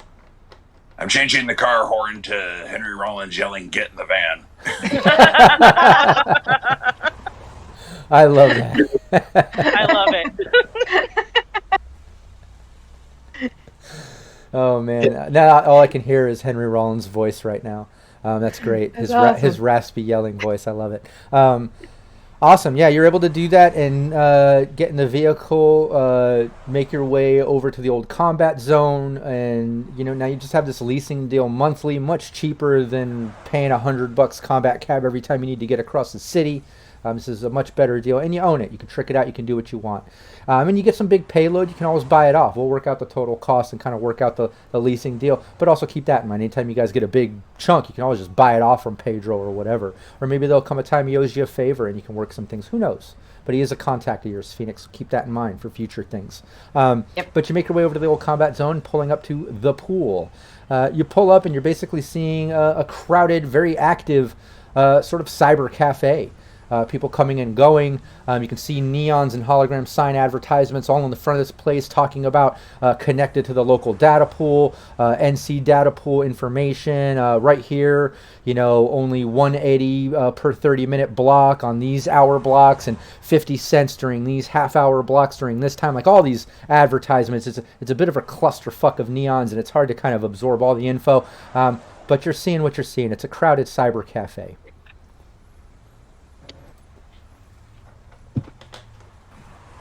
We lost Raven. We lost Phoenix, I mean. Uh-oh. There she is. I knew she would come back. Hello. Doubts. I don't know what happened. So what's the plan of the attack here?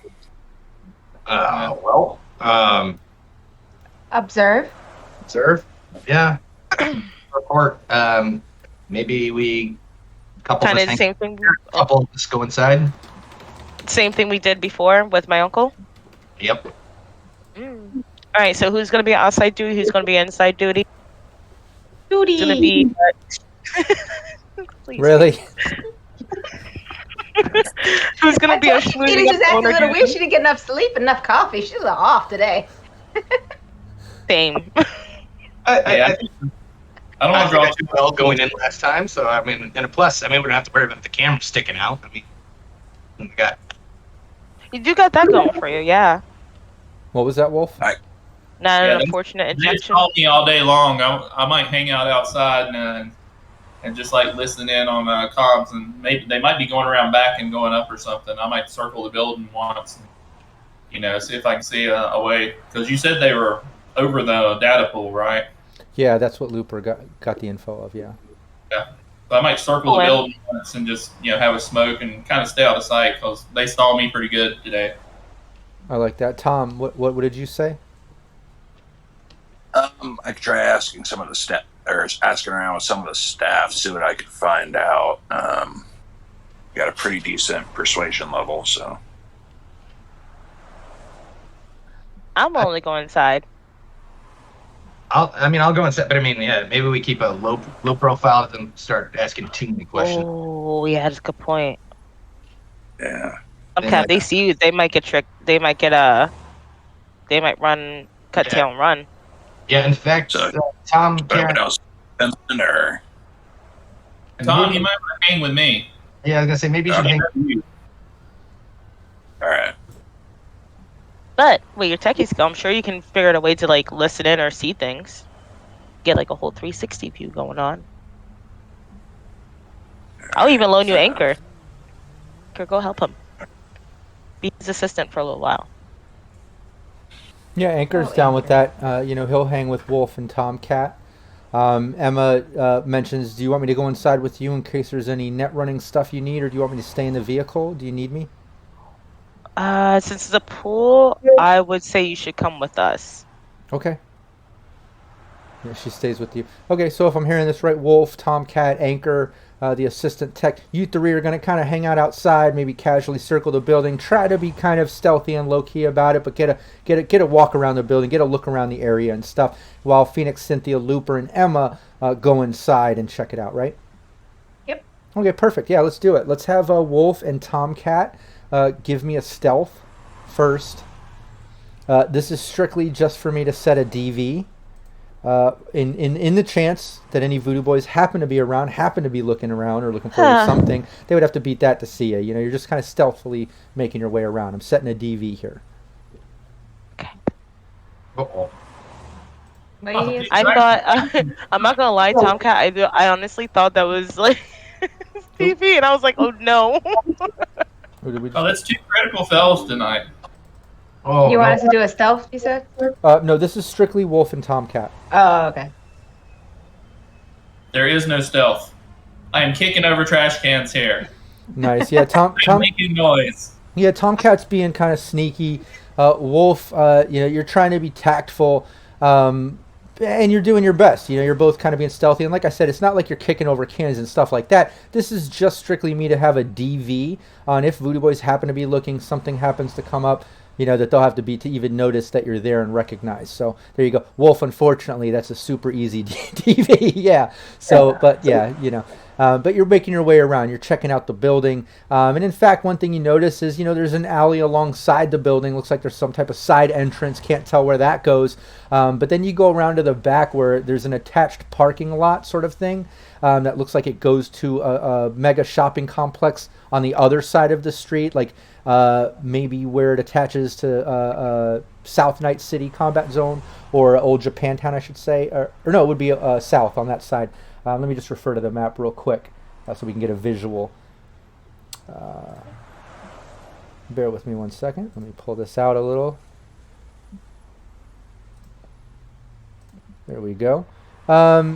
Yeah, so if he's in the old combat zone, we'll say on the back side of the building there is where, there's a parking garage that's kind of attached to a shopping complex in South Night City. But on that back side, of the parking complex, you do see emergency sort of old rusted out sort of a fire escape sort of look that goes up, and it hits 2 levels above this the pool. There's different entrances in the back that you also see there. So there's one on the side in the alley, the main front entrance, and then in the back on that sort of fire escape up on the 2nd and 3rd level, other entrances that these seem to be hitting, along with some windows. But all the windows out here are all boarded up, paneled up, or stained, pretty old fucked up building. This is the old combat zone. The rest of you, start making your way inside. It is super, super fucking crowded. As you're kind of making your way in, and Emma's looking around, and Cynthia, Looper, and Phoenix, all of a sudden, out of nowhere, you hear a voice, recognizable. Phoenix, it's fucking Meatball. It's Jake. He walks up and he's like, Phoenix, hey, I was gonna call you this weekend. You see, I opened up the pool in Night City.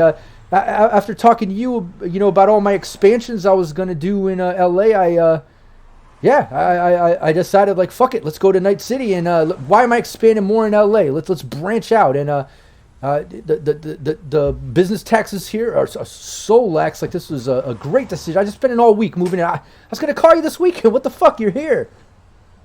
Ah, Meatball. She just runs over and gives him a little sniggly hug. I love my little Meatball. How are you? He gets This excited. is fabulous. It's actually fabulous for you. I'm You've gonna, been out here already a week. You're already booming. Look at this little business going. Congratulations, Meatball. Yeah, so you're with some friends. Your team. Like, where's your girl Kira? Where's Kira? I thought maybe we'd have another little triple date or something. She had to go take care of some family business, but she'll be back soon. I know some other females. Don't worry. Oh, okay. Looper's gonna be trying to, like, just, keep low, and, like, maybe, like, like, trying not to make eye contact with him so this guy doesn't remember. Yeah, give me a stealth check. What's Cynthia doing and Tomcat? So Cynthia's gonna kind of just peruse around and take observation about everything that's in the room, but she's also gonna let Emma know, like, hey, hop on one of the computers and just be at the ready. Okay, cool. Yeah. And yeah, sorry, I said Tomcat with Cynthia at the beginning there, but I know you're with Wolf. Hold on one second. Let me get Looper's. Nice. Yeah, you're able to kind of film and kind of look away and kind of stay in the area, check out things, but he doesn't notice you. He's all focused on Phoenix right now, and looks for Kieran, and he's back talking to Phoenix. And Cynthia, you give me a perception now that you're inside. Got it.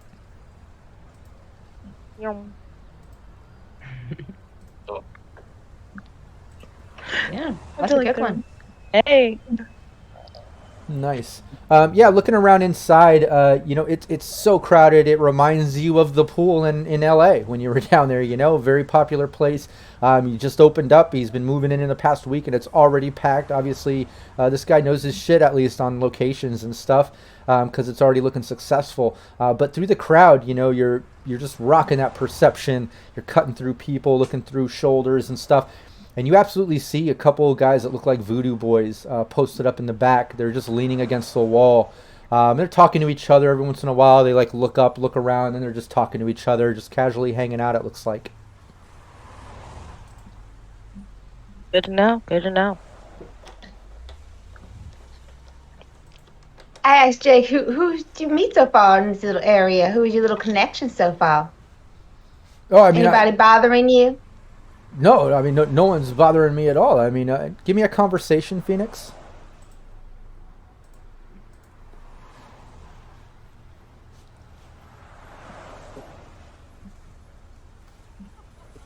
Nice. No one's been bothering me at all. I mean, I was hunting down made sure I got a location I could afford. I'm once again stuck back in a combat zone, a little step down from my LA hookups, but yeah, hooked up with a local gang, giving me a little protection on the spot so I could get opened up within the first week. I mean, look, it already packed, and I got protection. Gang? What local gang? The Voodoo boys, some Voodoo guys, a little creepy, but it is what it is. I mean, they're posted up. They said they'd be here for at least like a month. A little protection. I can get started. A little payoff. But hey, I'm saving more on taxes than it costs in this protection. And fuck it. Now I'm in Night City. Well, that's true. I can't hate your game. I can't hate it. Is there a lot of them that's staying here? Yeah. I mean, they got enough to do whatever they're doing.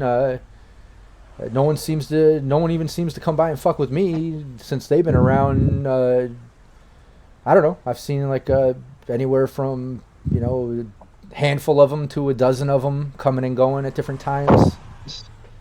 Any kind of families? Do they have like families with them and stuff? Like, just seems, I don't know. I mean, why are these questions about the fucking voodoo assholes? I mean, whatever. I'm here in Night City. Like, No. what?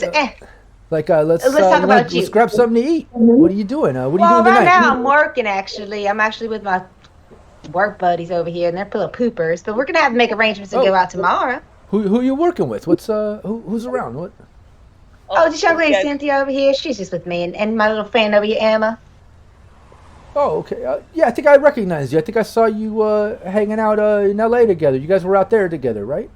Mm-hmm. Yeah. I think you met Kira. He met Kira. Oh, okay. Yeah, I don't know. You look familiar. Maybe you were there. I caught you but didn't get to meet you or something. But nice to meet you. Yeah, and you too, Emma. Nice. Yeah, but if you want any time on the data pool, feel free to log in here. And he hands you like a couple tokens, like just free time on the machines you want to get any info or whatever. And then he kind of turns back to Phoenix. Says, so, what do you think?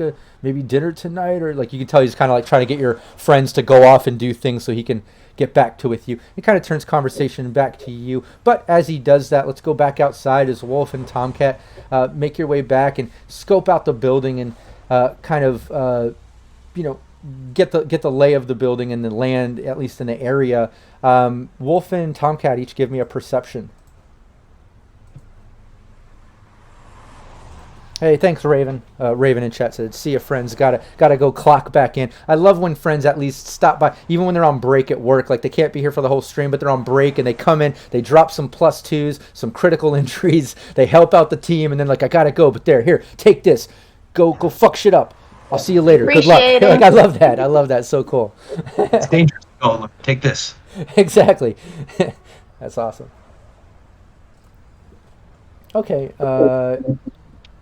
Great. Those are awesome perceptions, guys. Yeah, as you're kind of scoping it out, you notice up on the third floor, not the second one where the emergency fire escape goes, but up on the third one, you can see one of the windows next to the door that it goes in. You can see it kind of like slide up and open, and then you see a voodoo boy kind of like lean out and look down and looks right at you, Wolf. Sees both you and Tomcat down there, or at least looks in your direction. Maybe doesn't notice Tomcat based on that DV thing, but like Wolf, you see him look right at you. You don't recognize him. It wasn't one of the two that was at Playland by the Sea.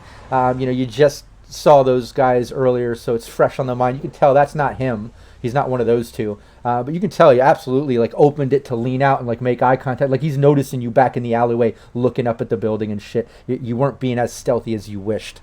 But he leans out and notices, makes that eye contact. What are you doing? Yeah, well, I'll like grab out a cigarette and light it up, and then keep walking like I'm heading towards the mall over there. Like I'm just cutting through the alley. Nice. And Tomcat, you notice all this going down. You can tell that Voodoo Boy doesn't notice you because like right when it opens, you happen to be at the edge of the building right when it opens, and Wolf was a little more ahead of you. So you can see Wolf make the eye contact. He even gives you like a slight glance, lights up a cigarette, and starts walking towards the parking garage and shopping center. What do you do? I'm gonna kind of scale along the side of the building so I'm not seen, because I stick out a little bit more. Oh yeah, and you know the Voodoo Boys, they know you, like, so yeah. Absolutely. Yeah, no, and you've got a great stealth. Yeah. Like stamp against the wall. Yeah, you creep up against the walls. Wolf kind of makes his way across the alley into that parking lot over to kind of like that shopping complex. And Wolf, as you're kind of making that, you can kind of see out of the corner of your eye, still rocking that great perception. You can see that guy just like absolutely following you with his eyes. And then as you kind of get into the parking lot, you hear the window kind of slide close. And Tomcat, you hear that window slide close as well. And then back over into the cafe. Do you have any beat on any terminals you can get into? I'm just gonna hand Emma the free tokens and be like, "Hey, go crazy." Yeah. Yeah, Emma logs in. She tells you all in the internal agents, like, hey, I'm in, guys. I got free time from that creepy dude. If you need me to look up anything in the meantime, let me know. I think that as far as you can get into their into what I'm not a netrunner, man. I don't. However far you can get into their systems, dig up maybe anything you can. Okay. Where he's fairly new, just got to look for other people's emails. Emma says, well, hey, I'm in here. I mean, it's just a normal pool. I'm seeing all the local databases and data pools and stuff, so I'm getting like all the Night City scream sheets, news, garden access, like generic shit. But I did a scan. It looks like that meatball guy has his own system behind the counter, just like what he had in LA, like his own personal business system. But I'm also reading like there's some type of system up above, like in one of those top levels or something. Like there's definitely a system coming from up above as well. You get into it? I can't get into it from here. I can't, I can't access. You need to be up there. Yeah, I can't access through walls. Well, maybe it's time for a little B&E tonight. Sounds good to me. The likelihood of them being inside that tonight is going to be way too high. I would say B&E early in the morning. Yeah, we saw there's some up there on the 3rd floor. They poked their head out, and I just kind of walked on by, but... Is there any way where I can give her kind of like a sneak way in there? I could try to pull the same thing I did before, and I can try like blend in and sneak in there. Oh, try to sneak upstairs? We saw a like a basement entrance or something, like a side door. We might could check that. That might be some stairs leading up on the inside. All right. I've got a lockpick kit.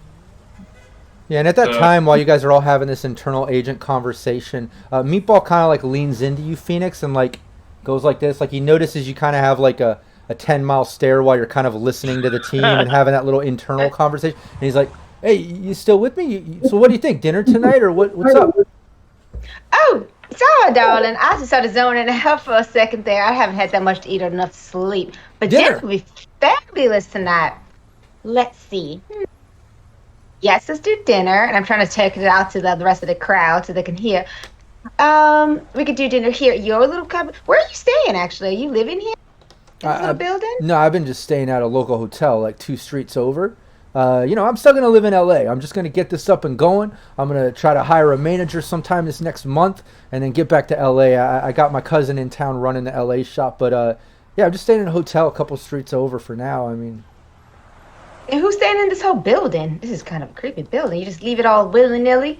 Well, no, that's what I did the whole deal with those voodoo guys. Like, they're staying upstairs. Like, they're like a whole gang of them. And they, they watch over the building. They keep the whole block safe from what I know. I don't know. Dinner tonight, and maybe we can sneak in and get his info behind the desk while he's not here. Oh, you don't have to sneak in. I'll just grab his keys. Oh, sure. We'll do dinner. Okay, yeah. We'll do dinner tonight. Yeah. Well, hey, I'll be wrapping up here in a couple hours if you want to, enjoy yourself. Get on the pool. Like I say, here's some more tokens. He hands you a few more free tokens for time, Phoenix. And yeah, don't even pay for the creds. I'll just give you access. But you can hang out for a couple hours and we can go grab something to eat, or you come back, or wherever you're staying, I can maybe pick you up. I don't have a ride. I can grab a cabbie and pick you up. But whatever you want. Let's do it. Well, I'll grab you. I got my vehicle and I'll come grab you. And yeah, we'll head out we'll hang out for a little about another 10-15 minutes. We're gonna head out and I go change up because I want to go in this outfit. I gotta change out to my little sexy clothes for tonight. But yeah, we'll be back tonight. We're gonna hang out for a little bit and then I'll come back and pick you up. All right, perfect. Yeah, come back, pick me up. I'll be shutting down around 9 o'clock. So come grab me. Sounds like a plan. And he goes give you a hug. He smells a little bit like meatballs. He does. He's a little sausage. He works his way back over to the desk, starts messing with the computer and paperwork and things like he's back to work. What's Wolf doing? You see Tomcat kind of posted up against the wall. That window just closed as you're kind of heading through the parking lot. What are you doing? Okay, well, once I see that close, I'm going to immediately circle back around to the other side, out of their side of sight, and then come back up close to the building and meet back up with Tomcat. Nice. Yeah, you circle back around and kind of stay tight against the building, and you're back up with Tomcat. What are you two doing? So what do you think? We should probably. I think we should probably get out of here, man. And if they're keeping that close of an eye, that was too damn close. What about that door we saw that was down at the bottom? Well, the door, I could try to see if I can pick it. I've got a set and I'm pretty decent at lockpicking, so if it's locked. Maybe we should check that out. That might be a way in other than going up a rusty fire escape. Yeah, because I'm not that agile. Are you trying to do that right now? No, we're just going to check the door right now. We're not going to go in. Yeah, you can do that.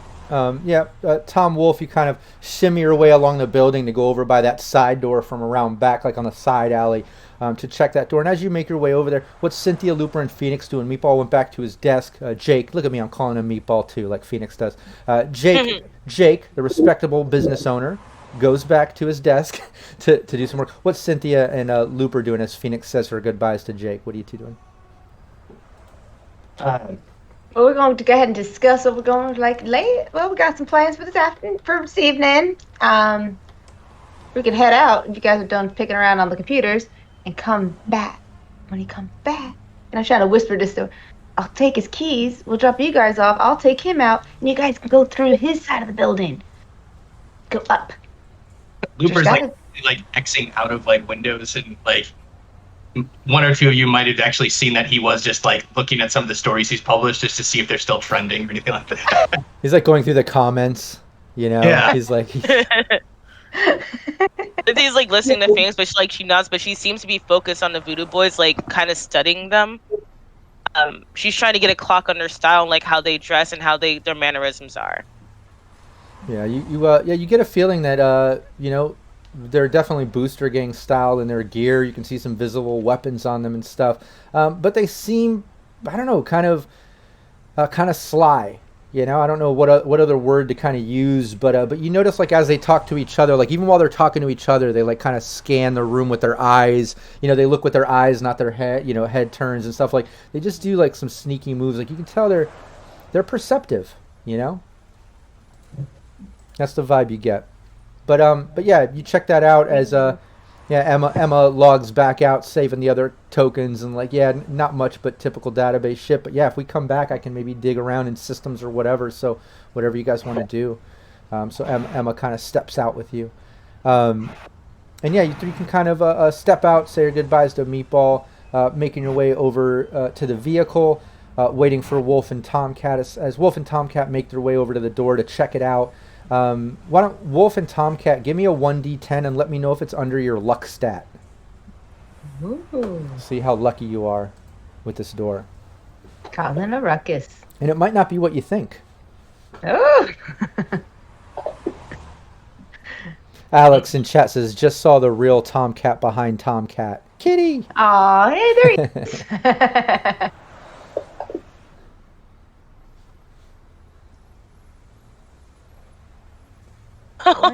4 and a 6. Nope. Is that under your luck stat, Wolf or Tom? Either of you with your rolls?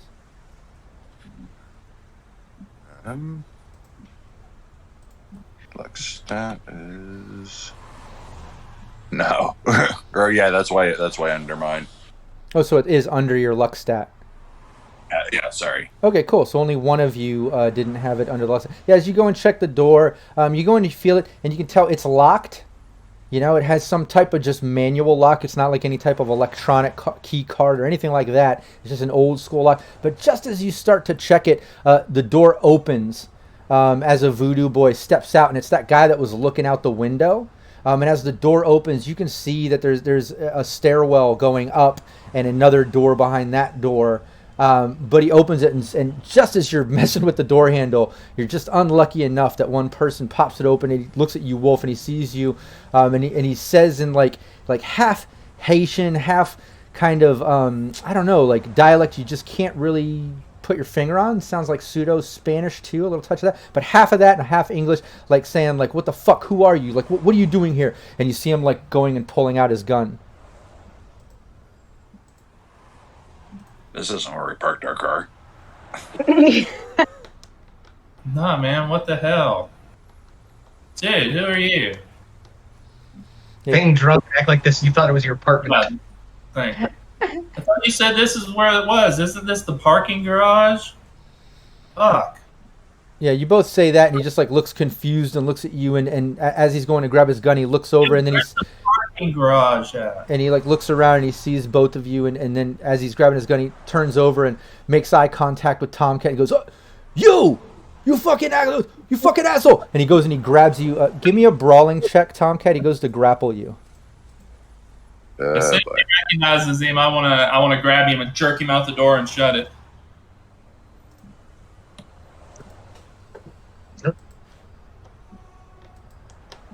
Dude.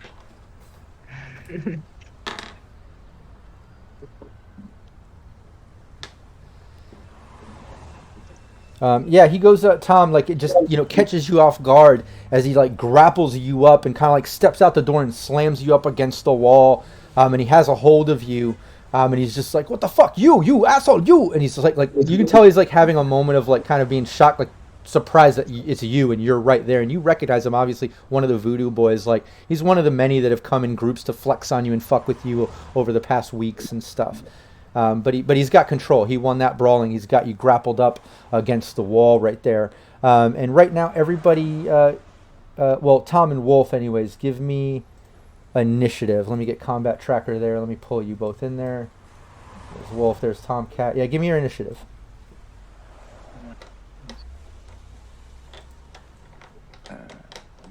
Don't we have like a critical injury? Oh yeah, don't forget you got a critical injury as well to use. And I think you still have some +2s, or at least one. Yeah. Or 4. Nice. Oh, boys, you better use them. It's like the team wants. It's like the chat wants to see the team succeed or something. Weird. Or they're predicting our team is crazy. Where's my? Who is it? Robert Tables always gives me the -2s to use against the team. Where is he at? Yeah. Alex just gave me a -2. See, look at that. Hell yeah. Where's the initiative on here? It's under It's injuries on main. on the main page, Yeah. right under injuries and addictions. Yeah, sorry, it's not on the skills tab. It's on the main tab. Oh, okay. Yeah. Oh yeah. Right I can next where it bring says up, combat. I'll bring the tracker up on the chat right here so we can see. There we go. Come back here. Oh, Where are you okay. going? Put it on the overlay so chat can see. Yeah, that should be 20. Nice. It's not picking up- Yeah, Wolf. It didn't get your bonus. yeah, it's that's not picking fine. up my second. Yeah, 18 was above the Voodoo boy. Anyways, he's above Tom though on the next round, but you're above him on this round. So basically, he grapples up Tom, slam you asshole here, what? And he's like shocked and slams you up against the wall. Tom, Wolf, you see this go down. What are you doing? Wolf's gonna hit him twice with martial arts, and Nice. try basically to Yeah, go for it. keep the commission. Ye old bonk. Oh, that's right.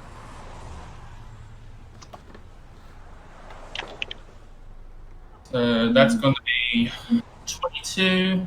That's a hit. Give me the second one.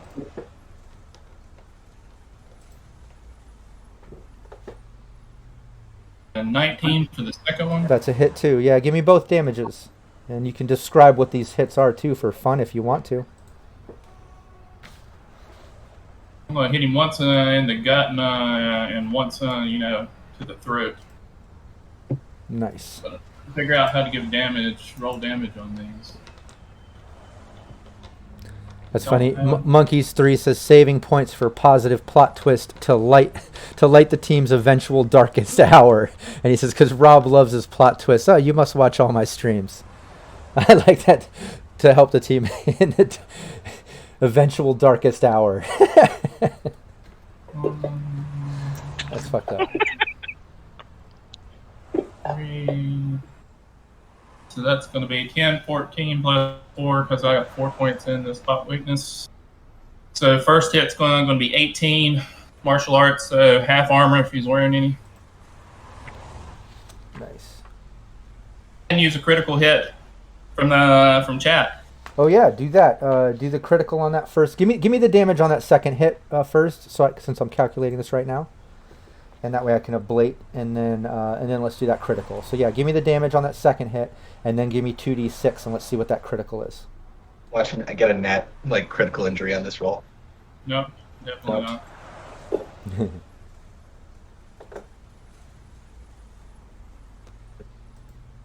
Three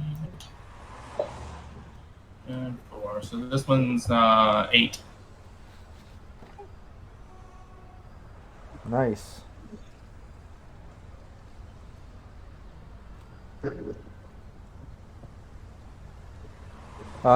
Yeah, give me that 2d6. Let's see what critical injury you got.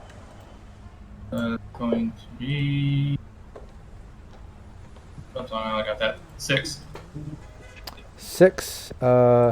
Broken arm. You basically broke his arm. He can't use it. He drops any items in that hands. Like, you basically come in and you punch him a couple times, hitting him in the arm as he's kind of holding up, hitting him in the stomach and the arm. You hear the bone clearly snap as he lets go of Tomcat, and he actually falls down to the ground as he coughs up some blood, and then he starts going into a little convulsion of throwing up blood. Whatever those hits have done, aside from breaking his arm, did some internal damage. I mean, you've done enough damage here. He's doing death saves. He collapses to the ground and is throwing up blood. As Tom, you're instantly free. Yeah, grab him up and take off into the dark and throw him in a trash can. Yeah, there's a dumpster in this alley if you want to. Yeah. Perfect. Here So they kind of found us. We might want to go on in now. Yeah, and as you're picking him up, tossing him into the dumpster, he's just kind of grunting and throws up some more blood, and all the blood just throws up, just goes right down half of your body, Wolf. So now you're just covered in this sort of throw up blood, all down one side. No, because you're carrying him. You're trying to get him in this dumpster. There's no avoiding it. It just happens that quick. As that was his last breath, as you dump him into the dumpster. He failed his death save, but threw up that blood on you in the process. But yeah, you're able to agent to the team as you see Phoenix pull up in the vehicle at the end of the alley. Oh no, ew, what's all over you, Wolf? I think we might want to go in now. They're going to notice one of these guys missing, and they might take off and run. We might lose them. What did you guys do? We're trying to save a child, and then they're going in there hot and glowing. Get in here. Oh, God, you're gross. I'm just afraid they're going to notice one of their guys is missing, and then they're going to, skip out. I have 2 concepts of what just happened to you, Wolf. 1, someone either threw a canister of strawberry jelly at you, which exploded upon impact, or you exploded somebody on impact. Which was it? Let's go with the strawberry jam. Let's. Second option. Got it. You gonna get in my car, brand new car, stinking like that, all sticky and full of. Oh no! Get in here. Oof. There's a I question. don't want you in here, but get in here. Do we want to leave and No, we're in there now. You might want to leave. Yeah. They won't care that one of their minions are missing. They'll notice us. Let's get out of here. All right, let's go. I knew a Russian Let's just go, because I'm not gonna try. that fits like. I don't think there's any persuasion that we can commit right now. I just hope there's no cameras. Emma, make sure there's no cameras. I got my license plate. Let's just go. This was a dark alley, didn't you say, right? Yeah, the one thing working in your benefit here is you're in the old combat zone. Very few street cameras are functional or working. PD doesn't even come through combat zone, so not even going to check this sort of shit, That's one good thing. Exploded. They have any cameras out here, though. Can I do a perception and check and see if they have any cameras? Yeah, go for it. Oh my god. Throwing him a baby wipe. Yeah. So Well, if you can't just go around exploding people like this, man, that's just not okay. Exploding people. He grabbed Tom. I wasn't going to let our new tech just get... You literally obliterated half that man's body. He's gone. He grabbed Tom. Jim. He recognized him, you know? Oh, did. Lord.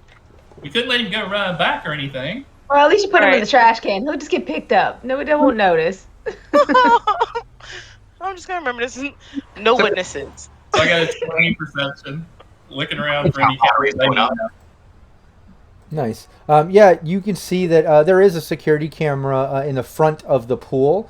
Looks new, like possibly put in the past week, like maybe Jake put that in. But it can't see down the alley. It just kind of sees the whole front street angle.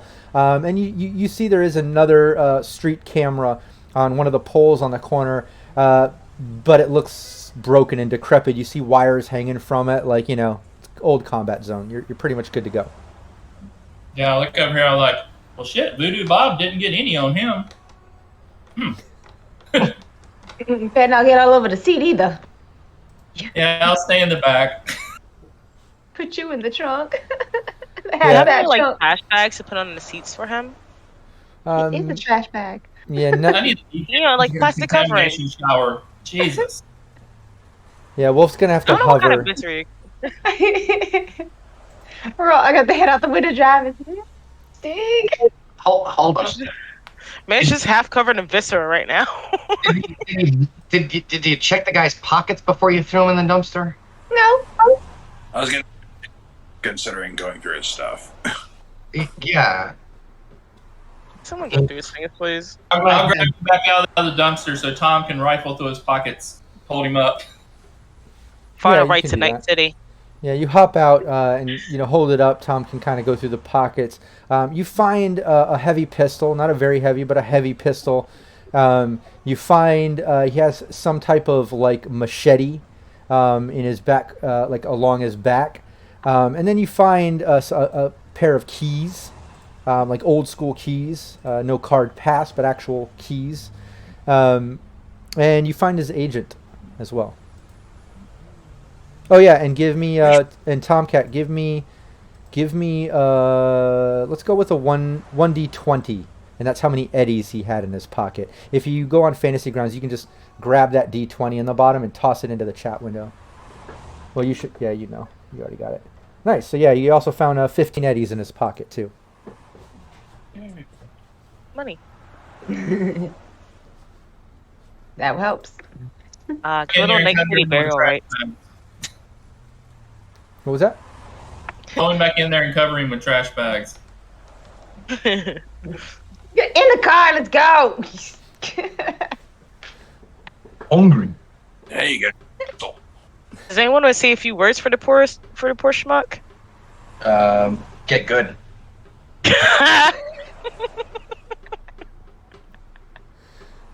You know what? You're right. And you too can much. say it. All right, let's go. You guys are too much. Can't take you anywhere. I am His agent locked. going to be around. Oh yeah, his agent's locked. It'll take a electronics security check to get that thing open. We'll say just a DV is 17. This is a lower quality agent. It's a bit older, just a booster ganger. Are we doing this while we're driving away? Or are we still hanging out in the alley? Yeah, like no, assholes? you're in the car. We'll say Wolf. Everyone, yeah, they hopped back in the extended van. They're in the back. Wolf's kind of standing to not get blood on anything while the rest are hanging out. Tomcat's going through the agent, while Phoenix, Cynthia, and Looper can be discussing where you're headed. Where you're driving. You got a couple hours to kill, or we can streamline to the point where you're gonna, get back to Meatball for a dinner date. But this would be a great time to kind of discuss the plan. And yeah, Tom, there you go. 17. You're able to get into this guy's agent. A bunch of names and numbers you don't recognize. Other than that, it's a basic fucking agent, nothing special. So it has all his contacts and stuff. And a bunch of pictures. You see a bunch of pictures of him with different voodoo boys partying. Looks like they had like some strippers at a home party at one point. Then they have some city shots. And then you see one shot of them like with two guys tied up in chairs. That are like all beat up and scarred up, and they got pictures of their faces and their bodies, like maybe some people they had kidnapped at one point that they were torturing or something.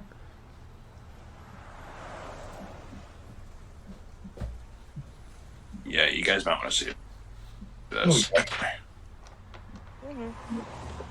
Yeah, well, the other guy looks worse. Let's Well, we first hold on to those because you can use those as evidence against them when we write a story. I could All just, those This photos going and in stuff an article. incriminating. yeah. I mean, It's I actually guess, going in an article. The first part of this plan needs to be, we need to go somewhere so I can change clothes and take a shower. That needs to be the first part of this plan. All right, we can head back to the home base. Not walking into home base like that. We're gonna hose you down in the garage, my dude. Yeah, That's we're fine. going to Hose drive down. through. Do a car wash. and I'll Using a walk fire through it. hose on you. I like that. Go for a car I was wash. gonna say, so He'll walk through a car wash. home base first. What was that, Tom? Should we make sure that we're not tailed first, or? I mean, we did kind of accidentally kill one of their guys. Accidentally. Just on the off That's chance. stretch, babes. Yeah, if I think that's a great idea that Tom Yeah. suggests. Anybody that's with that idea, give me a perception. I'm standing in the back anyway. I might as well be taking a look out. Yeah, I'll do a perception check. yeah, I think that's a great idea. I think it's a +1 I on love perceptive. Love perceiving. Did mine go? But he went Ooh, down pretty quick, so I don't know. There's much of a Phoenix is doing her makeup while she's driving. Yeah, Phoenix, not paying attention at all with that a 2%. So she has her eyes on the road. Yeah, oh, that's She's right. doing her makeup. That's right. She's Yeah. looking forward, driving. She's not really like looking around enough. I don't know. They're He's all like, right. okay, Doing her makeup. I got this. Okay, I got this. Okay, what she say? Turn the wheel, push this button. Don't stop looking at anything.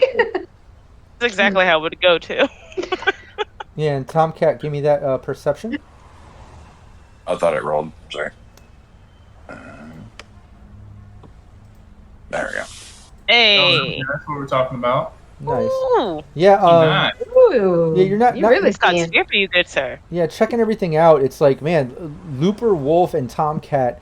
All three of you have surpassed the extremely difficult DV of seeing that as you were leaving at one point, some voodoo boys in a beater kind of pulled up to the cafe as you guys were pulling out.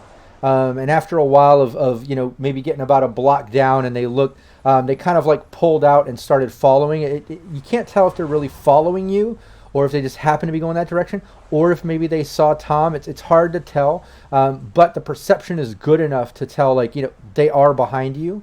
So like it'll take some driving skills of Phoenix just to shake the tail, and that's whether or don't know if they're following you. That's just in general to try to get this vehicle away from following you. So Phoenix, give me a driving, and let's go with you got to beat a DV of 13.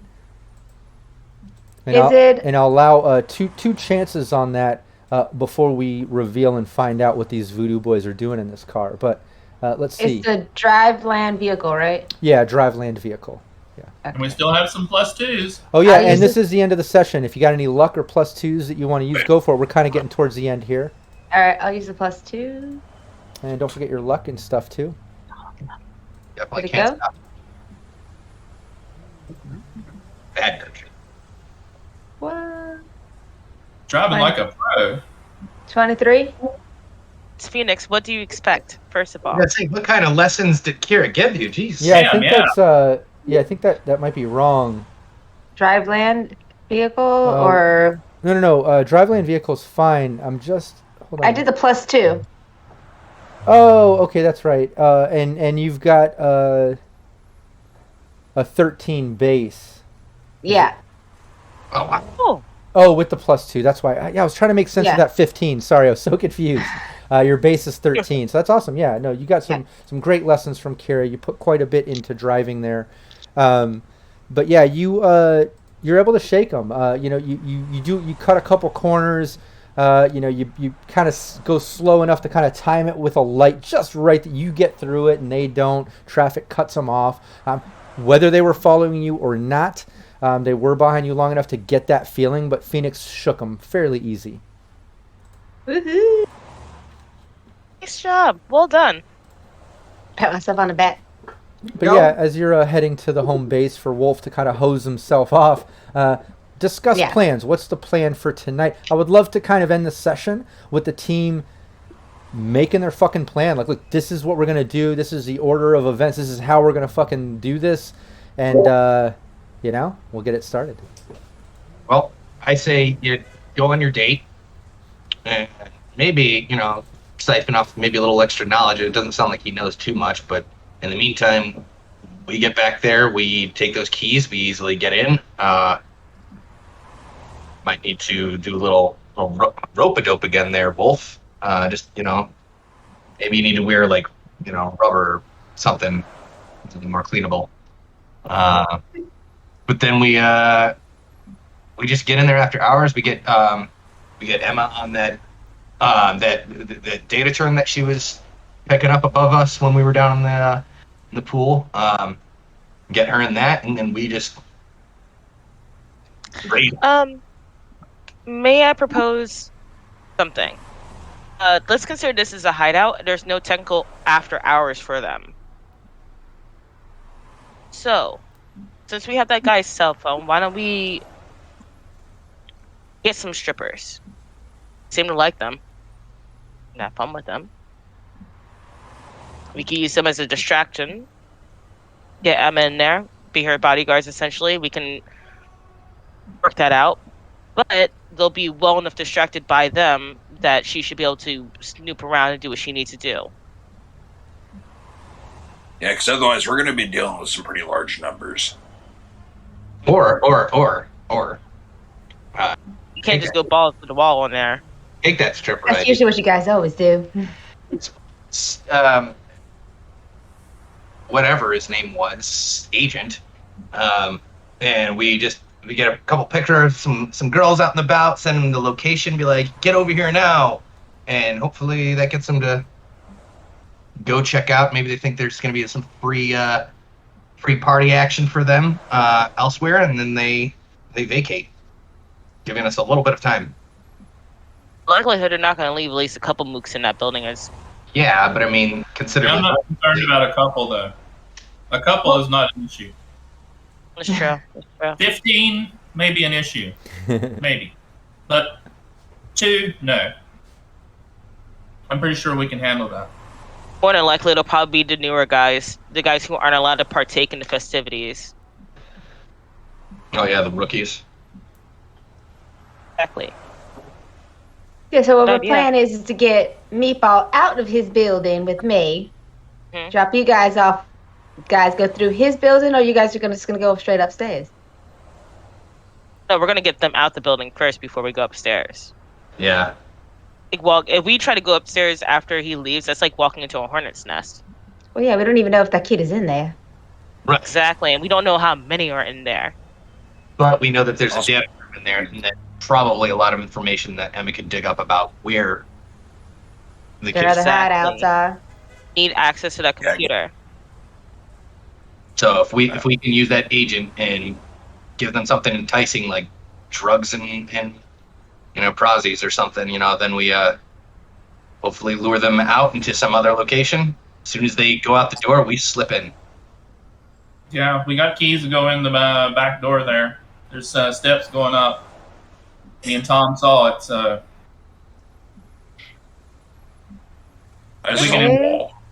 Good question. Phoenix, does your boss deal in party favors? Yeah, he Any kind did of favors. Mm-hmm. Do you think he'd be willing to, with supervision, of course, upon agreement, to use said party favors as a prop? Because we can fake it till we make it. We don't have to get anyone else involved. We could just fake it till we make it, give them a bullcrap location the other side of the city. With a picture of girls and drugs. And they're, they're going to go for it. Yeah, send them on a wild goose chase. Exactly. I say we go and find some girls up around the upper marina area, take some pictures by the bay, say, hey, these girls are wanting to party tonight up here. Yeah, we know some locations up there. That's a good ways on the other side of the city. That'll keep them busy for quite some time. So I'm saying, we can do that in addition to the party favors. It'll make them be like, oh, yeah, we got to head out there. A good majority of them are probably going to head out there. I mean, who's going to turn that off? Who's going to turn that down? Yeah, and if they try to ask, where have you been, aside being in a dumpster, we could always just be like, "Oh, I was scouting for locations and trying to move up in ranks, so here you go." Like, unless they start texting in whatever language he was speaking, in which case I'm guessing None of us know. well, I guess it would be like patois or something.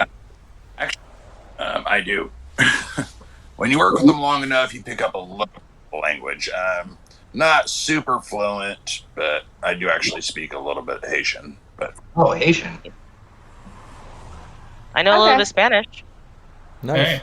Yeah, if Tomcat has Haitian in his language, then if that is, if you go that route with that plan and that ends up being something that happens or whatever, at least, that would absolutely come into play. Tom can, speak and understand enough.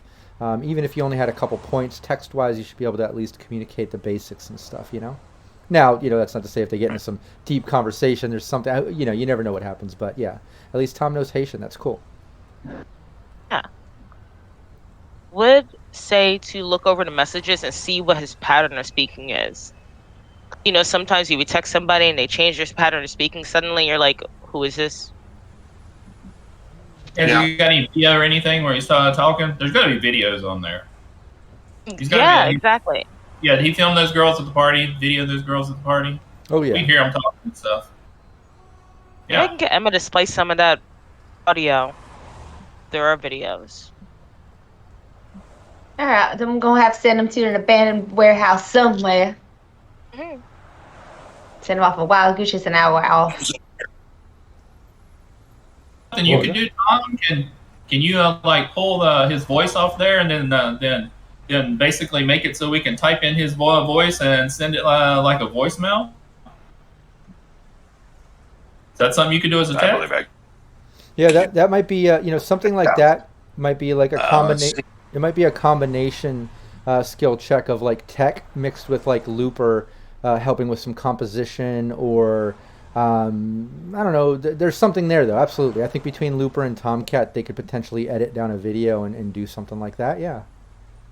Yeah. That would be awesome. Then that would be really believable. Yeah, or at least pull the audio and make like some type of like message you can send, so it's like actual audio of the guy's voice or something. If you wanted to go that route instead of just text, yeah. Plot twist. What if instead of sending worst case scenario, we can always go get the body back and like use that as and be like, "Hey, come to the shipper party." Well, I was gonna say instead of sending him to an abandoned warehouse, maybe we find out where some of those Voodoo gang, the poser gang, hangs out. Send him over there. That would definitely keep them up, tied up a little longer. There's a reason I keep you around. Set them up to go have a little powwow together. Yes, absolutely. It'll keep them preoccupied, definitely, at least for long enough as we need it to be. As long as we can keep an eye on what's going on. Definitely be pissed off when they get there when they find no girls and drugs. And I always am.